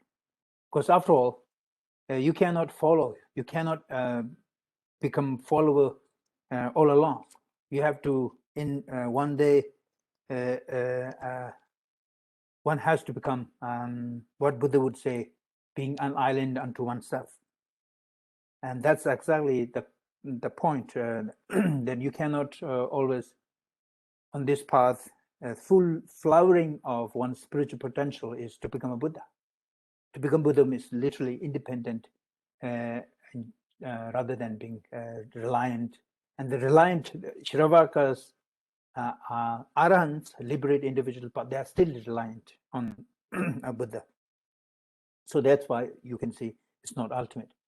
Now in chapter 5, of course, we have, I'm not sure we have enough time to talk about chapter 5, but let's try anyway. In chapter 5, herbs, this has a lot more metaphors, interesting parables. Now, first, what we think is, of course, Buddha praised Mahakashapa. Remember, Mahakashapa was one of the main disciples of Buddha. In fact, Zen Buddhist tradition trace back Zen lineage to Mahakashapa. Mahakashapa to Buddha. Buddha entrusts Zen, secret of Zen, what you call mind-to-mind transmission to Mahakashapa. Mahakashapa does it to Ananda, and Ananda does it to Dititi, and likewise from Nagarjuna to Aryadeva to Bodhidharma. And from Bodhidharma, of course, goes to China. Remember, so generally, of course, Mahakashapa plays a very important, crucial role in that sense. So here, what basically Buddha praised what Mahakashapa did, because he was able to summarize. Remember, in the previous chapter, he summarized all the sort of previous teachings the Buddha gave into verse form. Okay. So it is excellent, Kashyapa, that you have praised the true qualities of Tathagata. Kashyapa, those are the qualities of Tathagata. That's all right. We don't have to go. And now, if here it's mid-mark, so 5.2, Kashyapa, the Tathagata is the Lord Dharma. He is the principal king of Dharma. Kashyapa, whatever Dharma the Tathagata presents, the way he presents. Now, this is important. Whatever Dharma the Tathagata presents and the way he presents it, that is how it is. Kashyapa, Tathagata presents all Dharmas correctly. basic correctly means also with with the necessary benefit. So in our case, of course, when we say something, and most of us fail to make these utterances, proper utterances, either that they are no proper listeners, or that when we make utterances, there are no sort of benevolent motive. He presents them through the wisdom of Tathagata, so that those dharmas lead to the state of omniscience. Now here is the right. That's the ultimate, if you like, ultimate Buddhayana. It's the state of omniscience, not from the state of liberation of nirvana, but to the ultimate state of omniscience. Everything is understood. Tathagata sees that the stages of meaning in all the dharmas. Now, this is what I was also trying to refer when we talk about the meditation, different states. And of course, every sitting, every stages of meditation is going deeper, deeper, deeper, exploring oneself individually. And once you explore thoroughly with all the stages, that's the moment of omniscience, right? So remember here now, the moment of omniscience with respect to your own personal, individual experience. But at the same time, of course, we would have understanding for a lot of other beings. But that's Dharmakirti says that's not the primary interest of a Buddha. Buddha is not to understand the counts of how many ants in the world, how many insects in the world. That's it may be he may know how many insects in the world, but that is not an important thing. What is important is actually he or she knows all the phases of development, different types, interests, predilections of individuals. So that's important, and which means he has attained the superior motivation concerning all the dharmas, has attained the supreme highest wisdom of the skillful methods in all, bringing certainty in all dharmas, because he himself has experimented. Not that he just all of a sudden out of blue, all of sort of this wisdom don't do him or reveal to him. Nobody revealed to him anything. Everything has to be revealed by his or her own intelligence, as we know that, like doing the exercise he did gradually with 6 years of penance, trials and errors. So many different methods are experimented, and eventually, of course, he used this middle path, exploring his own being, and discovered different techniques. And those turns out the different techniques that he himself discovered, when he applied in the case of other beings, of course, also, and when other beings also put into the application what Buddha taught, will have the same impact. Kashyapa, it is like this. They are all the plants. Now, of course, so there are more metaphors. One of the metaphors is, now again, we won't have enough time to read, so please do take time to read them to enjoy the full message that these metaphors reveals. And he says, now a question, of course, is then, how does Buddha teach? What is the method of the Buddha's teaching? Kashyapa, the Tathagata Arahant, perfect enlightened Buddha, teaches the wisdom of omniscience. He brings the realization of omniscience. He presents the wisdom of omniscience. And Kashyapa, it is like this. So now metaphor goes. And it says, if you think about different plants, animals, different plants, some are huge, some are small, forests, herbs, sometimes bushes with the different colors, and some grows on the mountains, others on the plain, some in the valleys. And what happens when those different clouds, those different plants, there are so many different plants, aquatic, plants, anything. And then if you have a huge, great cloud up in the sky, and what it does, it basically rains. And when it does rain, this cloud, a great cloud gives rise to rain, and then basically pours in the form of rain. It rains equally. It does not make any distinction. It does not say, okay, you are just tree, you take a little bit more. You are shrubs, take a little less. Doesn't make any distinction. Cloud is cloud. It basically, when it comes in the form of a rain, just pours equally. So it says, a great cloud filled with the water rises up, and having rise covers all the world in all the containing realm of billions worlds, having covered them all, rain falls simultaneously, equally everywhere on all of them, right? Equally everywhere on all of them. And that's why the metaphor is basically when Buddha teaches, Buddha does not discriminate. He basically teaches, and he showers teachings to all beings with equal motivation or equal, compassion. But depending on how big you are, if you're a big tree, you take a bit more tree because you will have enormous roots, tentacles, and you will have a little bit. You will need a lot more water. If you are like a desert plants, cactus, you may need very little, or very not much water. So you'll take little less. So it's not the distinction. The distinction of the teaching is not made by Buddha himself, but actually it's the plants themselves individually. They make the distinction how much water they need. To that extent, they consume, right? So, but nevertheless, Buddha does not make the distinction. So he's basically simultaneously and spread equally the amount of water. That's the rain. The cloud basically is the Buddha in this case. Kashyapa, the young and the tender stem, branches and petals and the leaves stand, and all this basically grows, becomes mature, get nourishes by the water. But the nourishment that they get is this: if you give too much water to a small plant, that plant dies.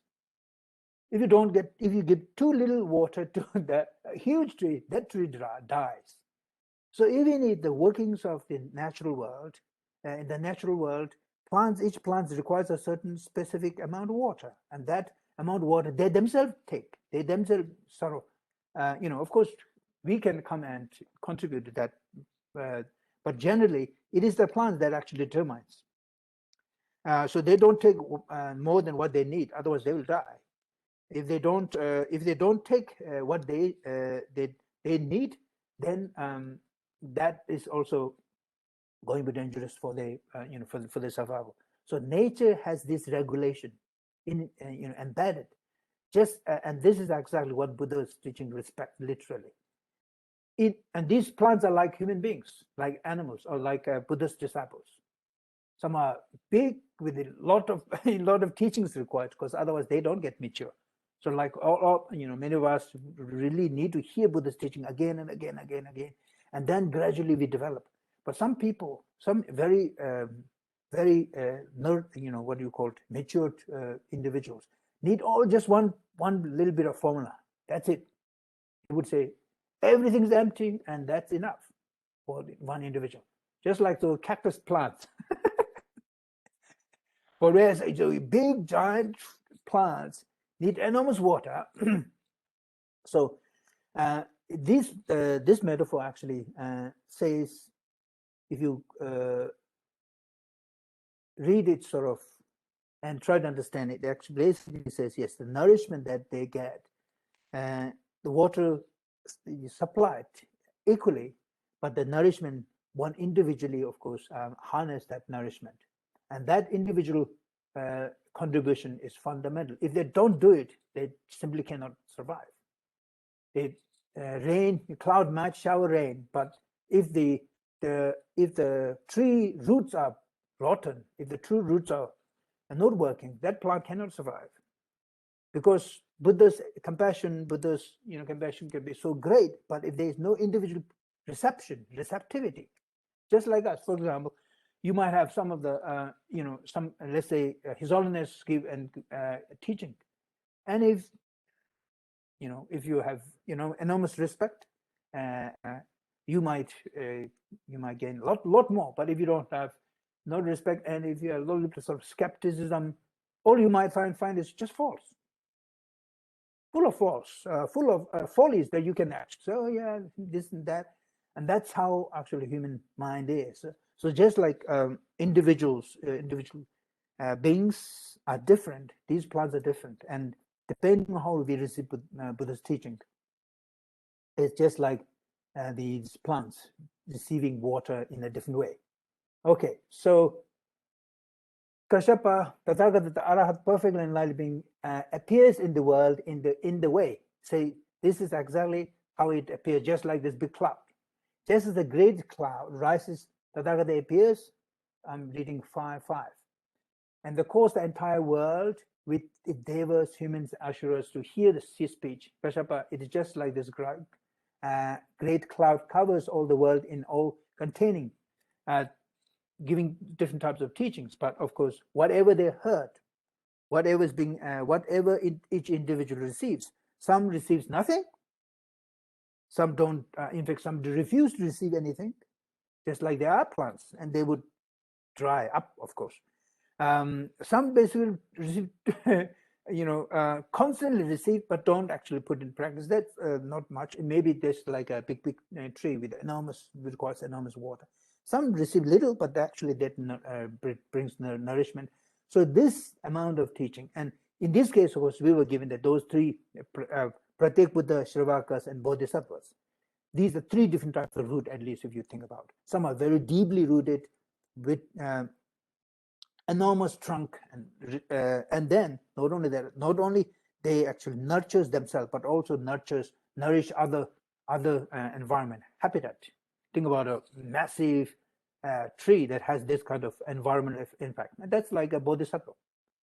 Bodhisattva tree. Not only whereas other trees may be more self-contained, they do it, and this is reflecting of the self-enlightenment of arahants. So you can think about Buddha's teaching receiving just like those plants receiving amounts of water to their own needs.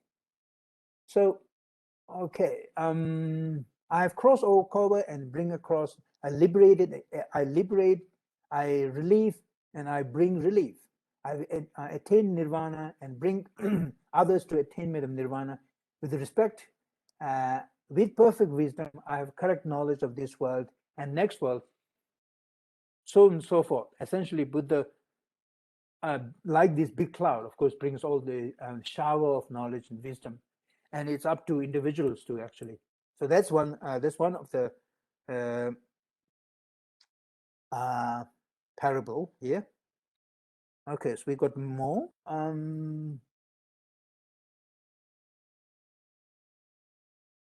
Okay.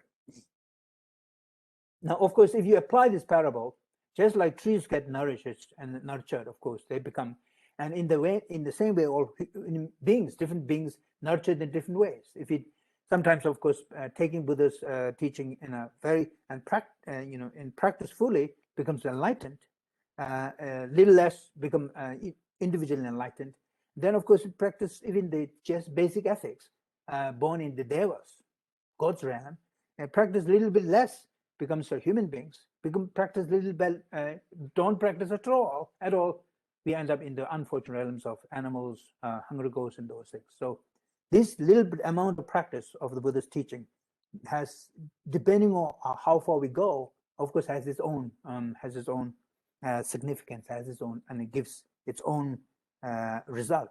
So either in devas, human form, but also within human form, of course, we can see the happiness or joy that is associated, especially psychological happiness, those associated with Buddha's teaching, and the think about the principles that we are able to practice, the compassion, loving kindness, that beings, things that actually help nurture other beings, that are actually the source of happiness that is being discussed in this case. Through those teachings, those beings will have happiness in their life, and death will be reborn in happy existence, assuming, of course, that we practice it accordingly. Okay, so that's the first parable. I think we have to live, we have to with this parable, and then there are, of course, the parables of the light and moon. Again, shines equally, and we'll actually maybe next time when we come out, I think we have to discuss that. And then, of course, the parable of clay pot, when you make a clay, sort of a pot out of different clays, and then use these pots in the different ways. You can make a clay pot and pots and make the differentiation of those pots depending on what is in there, what what we put in those pots, gold or water. Some becomes water container, some becomes jewel container, some becomes a rubbish container, depending on what we put in. But the pot, actually the clay that is being used is the same. So that's another metaphor that comes here in this text, in this chapter. And then there's also blind man metaphor. Blind man metaphor, when he was blind, born blind, never seen anything, have no idea what is the color, blue, yellow, and those things. And then when gradually a very professional, physician helps to cure him, and then of course he was able to see the beauty of all these different colors, and then out of sheer sort of arrogance, he say, okay, there is nothing more than what I can see. There's no vision beyond what human beings can see. And then all of a sudden, one miracle being performed to him. He was asked by Rishi. He was asked to do exercises, and then when he do certain exercise, samadhi, I'm talking deep samadhi, he was able to see a lot more than what he used to see. He previously arrogantly thinks, oh, those things don't exist. The fairies, gods, and those things. There are no gods. Because God, vision, naked eyes, you can't see. But when you cultivate what we call divine eye through meditations, because when your mind becomes so concentrated, sharp, and pure, then there are a lot of things you can start seeing. Or now they start actually seeing a lot more. So this sutra of blind man parable actually also helps us to understand that we should not be fixated and so arrogant or so sort of close-minded with what we ordinarily see and experience. The world is a lot more richer. Our experience can expand the object that we can know, and the existence is much more complex and deeper. And those access, in order to have access to those, we need to cultivate those, cultivate those cognitive skills, and those with the cultivation of cognitive skills, there are a lot more things that we can actually discover and find about. So those things, I think we will resume next in our next session. So sorry if I got a little stuck here somewhere in the beginning. But so we'll stop here. And so for next week, please, not next week. In the next session, we'll talk about this one, because there's quite a lot of packed in message in this sutra, in the chapter 5, first chapter, because a lot of interesting similes, parables, we might want to explore them. And then next prophecy, there's nothing much in there. I think we can skip that. You can read, I would recommend you read it, but we can briefly visit there, prophecy, and then because there is essentially prophecy of different Shravakas, and we can look into it briefly, but we're not going to spend much time there because there's nothing much to discuss, and there's nothing I can contribute in the discussion. That's the main reason, of course. And there's a little also that we can say about the past, but we can still if there's a certain important thing that we can. This past chapter 7 can be useful in the sense this chapter past now. Okay, the context is this sutra basically. Lotus Sutra is one of the sutras that actually very clearly claim that Buddha Shakyamuni was long enlightened, long ago, billion years ago. Mahayana make this claim all along. Although, I mean, this is Mahayana, one of the basic claims Mahayana makes. Now, this actually is this sutta is one of those sutras that used to support this claim, and that actually chapter 7 is that support. And then Buddha Shakyamuni goes back and says, long time ago, many billion years ago, I was this and that, and I was God. And so actually, yes, they won't have a lot of content to discuss, but actually creating the connection with the present Buddha, with the Buddha's original time when he got enlightened. That would be interesting. So we will quickly do that. And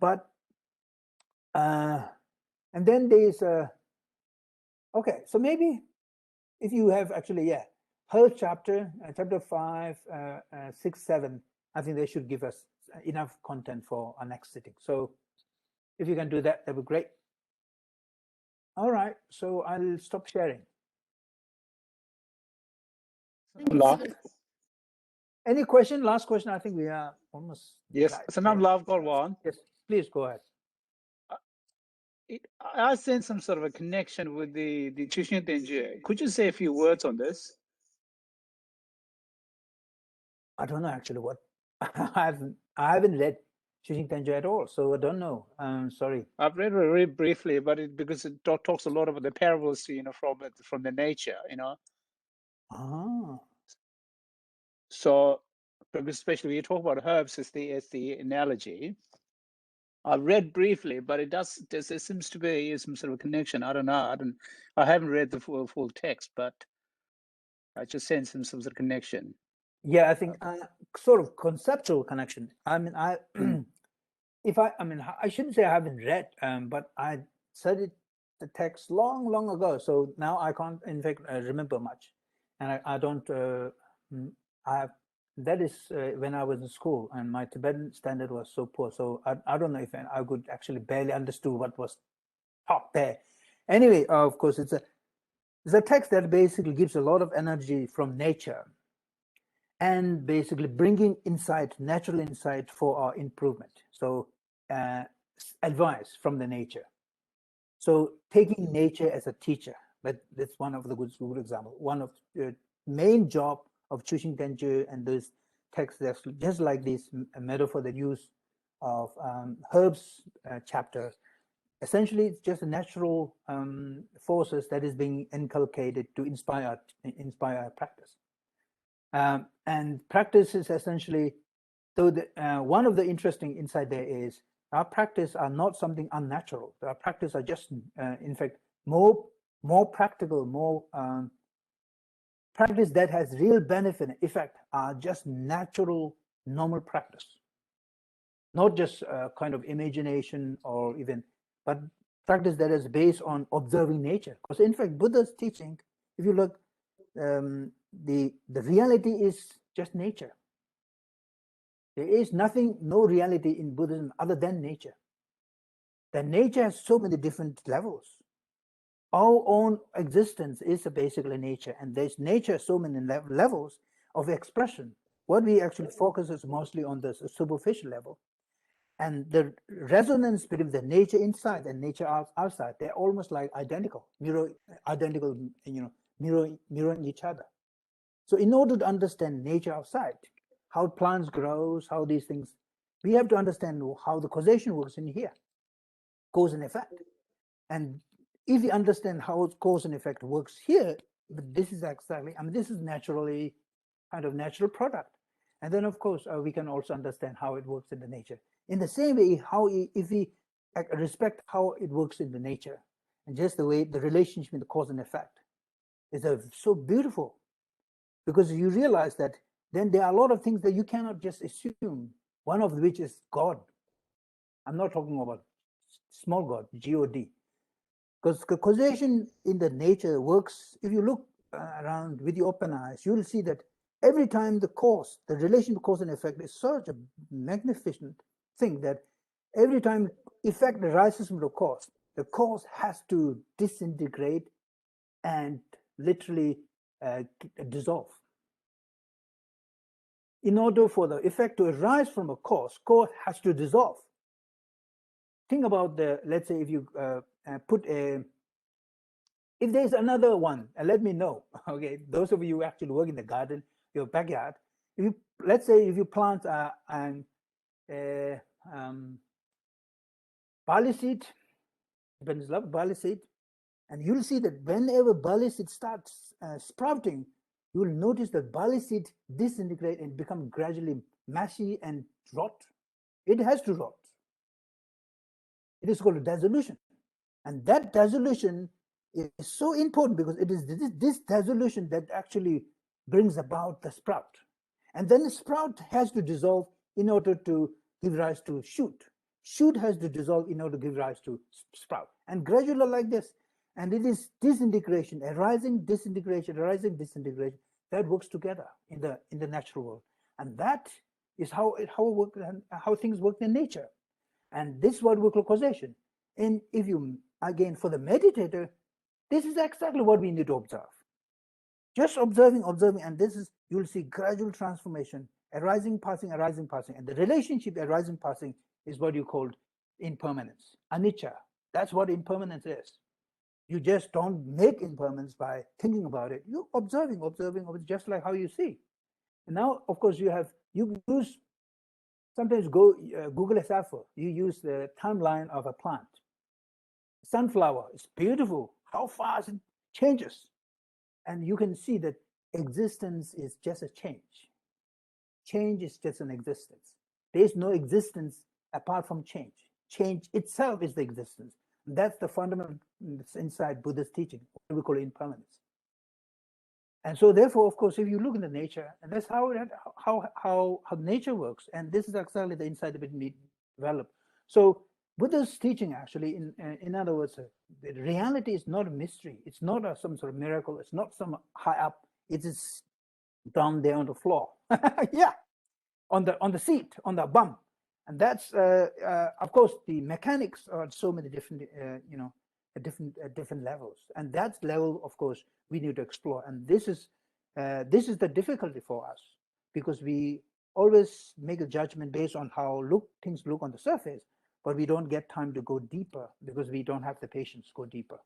And that's where the difficulty is, because, but in order to fully explore it, we have to do it. And I think that's why these plants metaphors or natural examples that we get. Perhaps one of the best, of course, Shushing dance is a good one.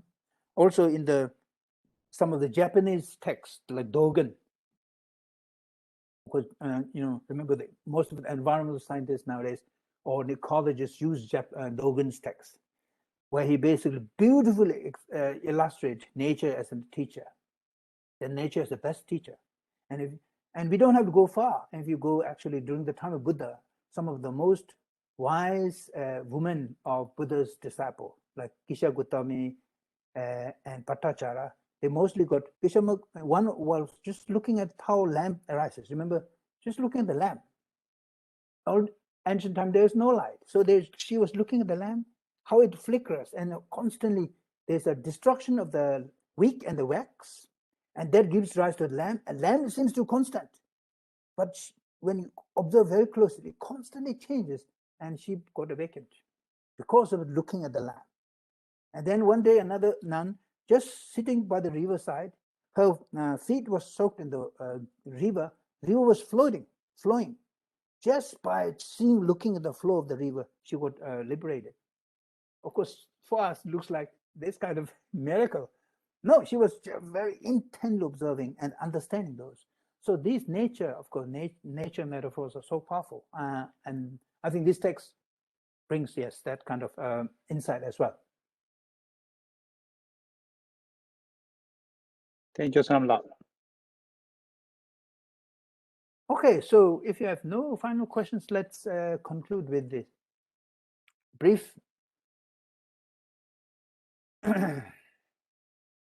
brief meditation of loving kindness.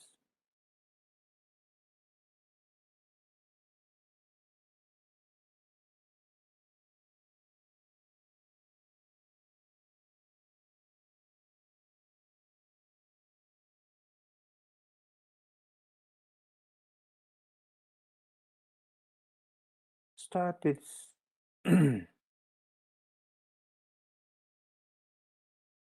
sense of rejoice.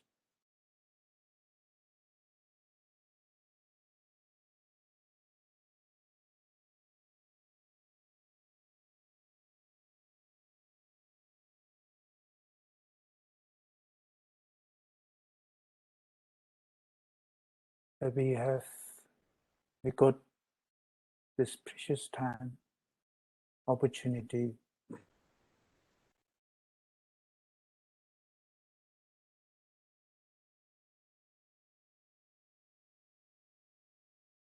Chagdong Chendong has put together for us to come together, talk about Dhamma, discuss Dhamma, and get inspiration.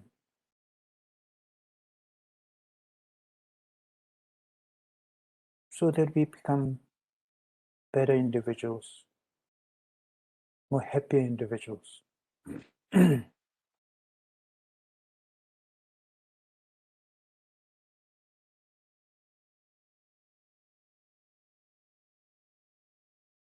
Productive being for oneself and for a community. So it's important that you appreciate that, appreciate your hard work.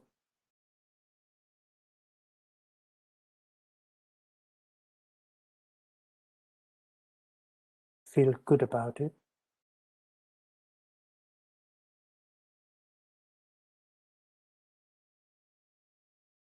Once you feel warm-hearted,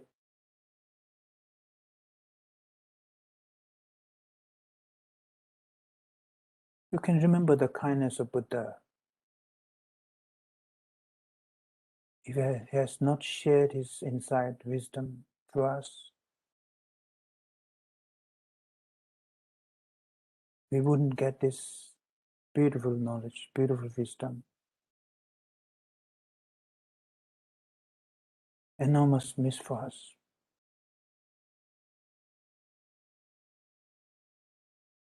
Rejoice in Buddha's teaching Dhamma. And of course the Sangha community that we have together.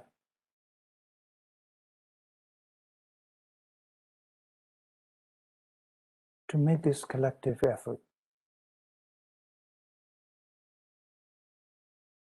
With this sense of rejoice,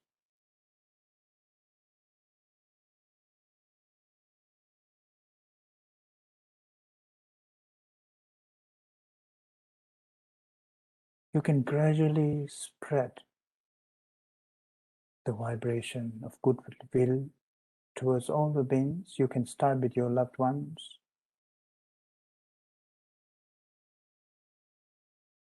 your sons, daughters, partners, husbands, wives, your colleagues. Colleagues present, past, your parents present, past,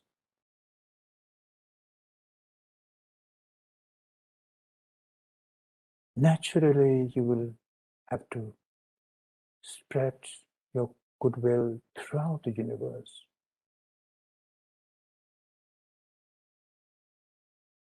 And those of whom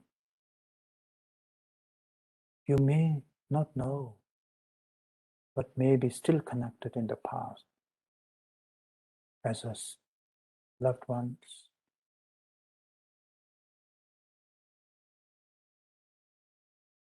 And importantly now, those of people who suffer so much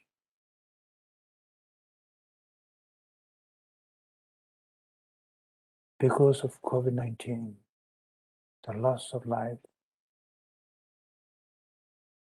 Think about the families that you know, the countries ravaged by this disease.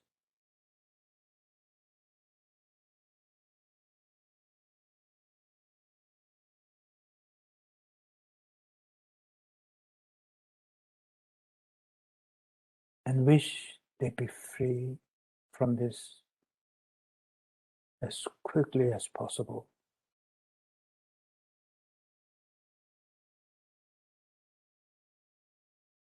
All beings.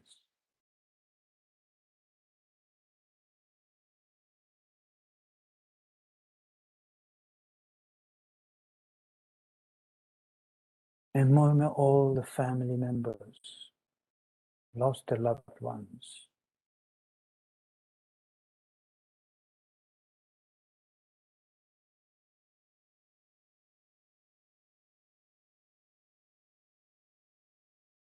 Think about them. Share them, share your love, concern.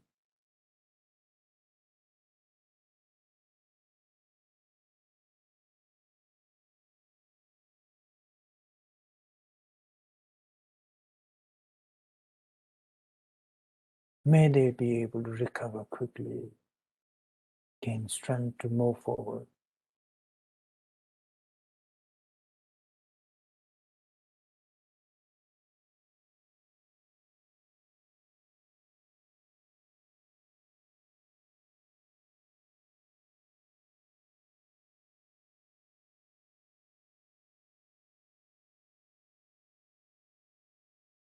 And then you can think about those who have a tough,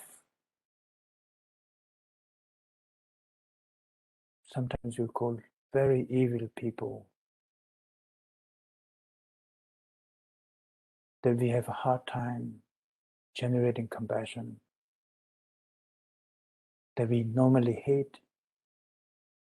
Think about these individuals.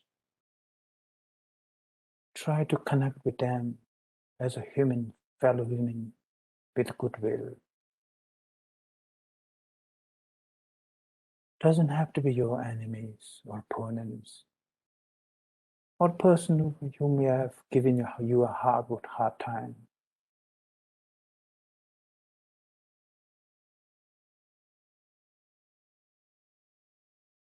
Melt your bitterness.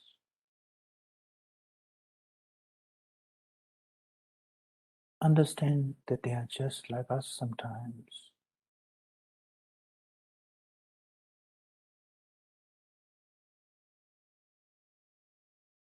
Aiming the same thing.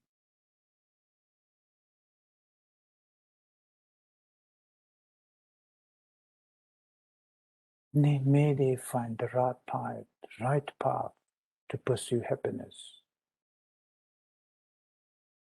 May they be able to find the path to justice.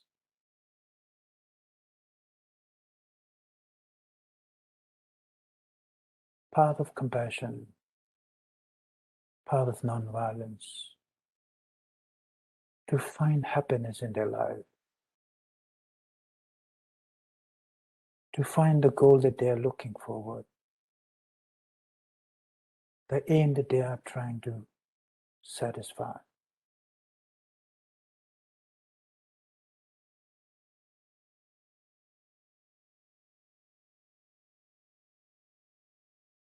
When you think about breaking this barrier of hatred, you can concretely think about the person whom you have a cross relationship.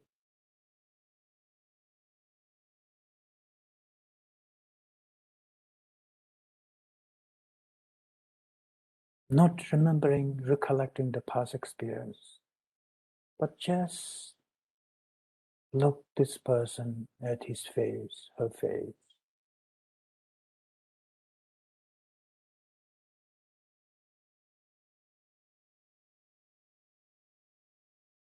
Try to forgive them.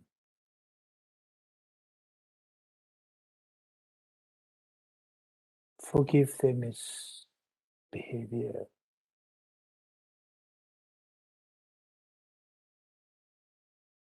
Wrong action, inappropriate action, abuse, could be verbal, physical.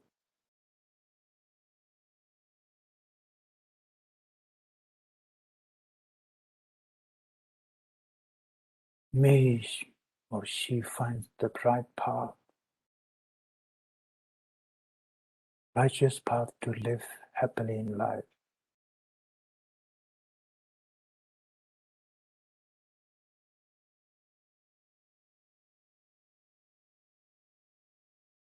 And those of us sometimes have intentionally, unintentionally cause harms to other beings.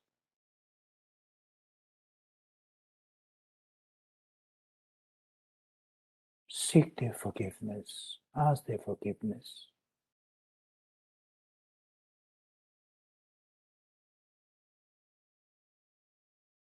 Sorry if I have caused you any harm.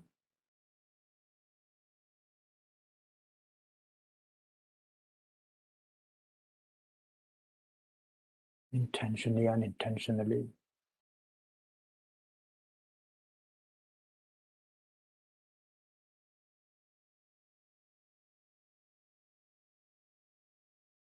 Sincere, asking for sincere forgiveness, apology, giving them sincere apology.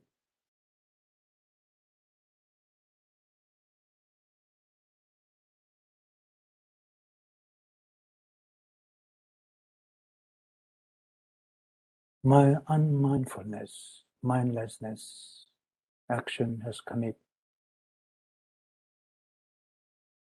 harm to other beings.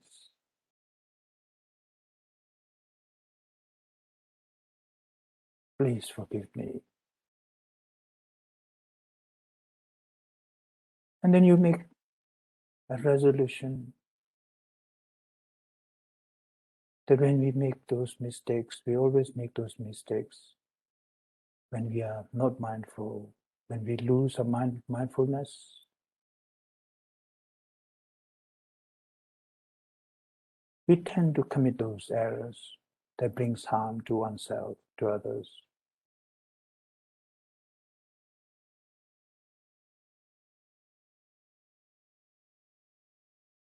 I will work hard to gain mastery of my mind.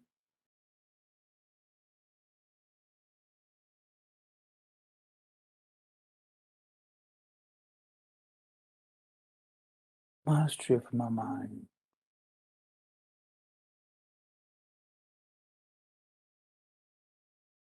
Good for myself.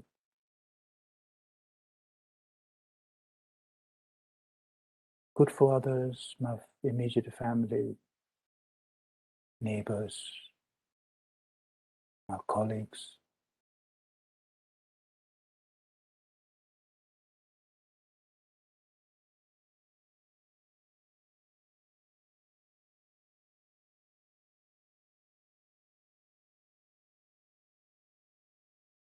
In this way,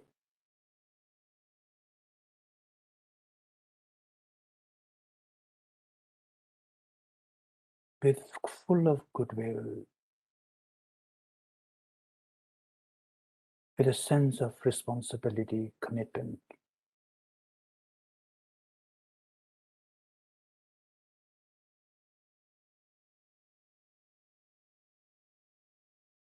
may all beings be happy. May all beings be free from suffering.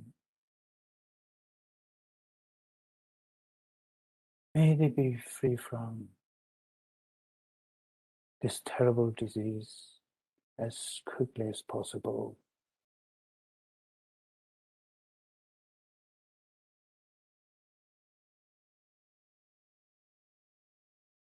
And deeper problems, sufferings, solutions to those sufferings as quickly as possible.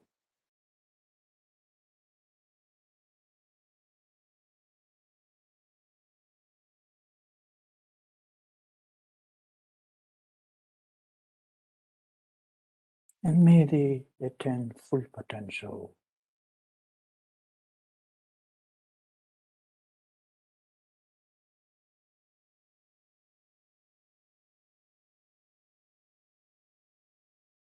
Become Buddhas and Bodhisattvas, Arahants.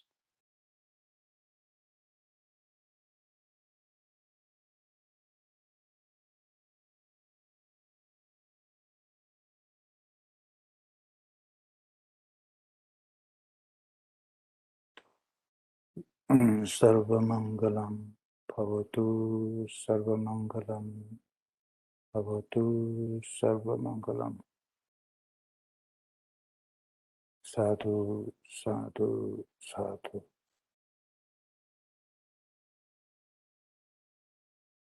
Oh yeah. Tujiceta, thank you very much. Hey, Sonam, thank you so very much. Wonderful session. Thank you so much for joining us again. So we look forward to next month, July 17 is our next. July 17th. Yep. Okay. And All thank right. you everybody for joining us. A wonderful, wonderful Thank morning. you, everyone. Yes, really appreciate it. Tuchichi. Tuchiche. 상바제용. See you soon. See you. Thank you. Okay. Bye-bye. Thank you.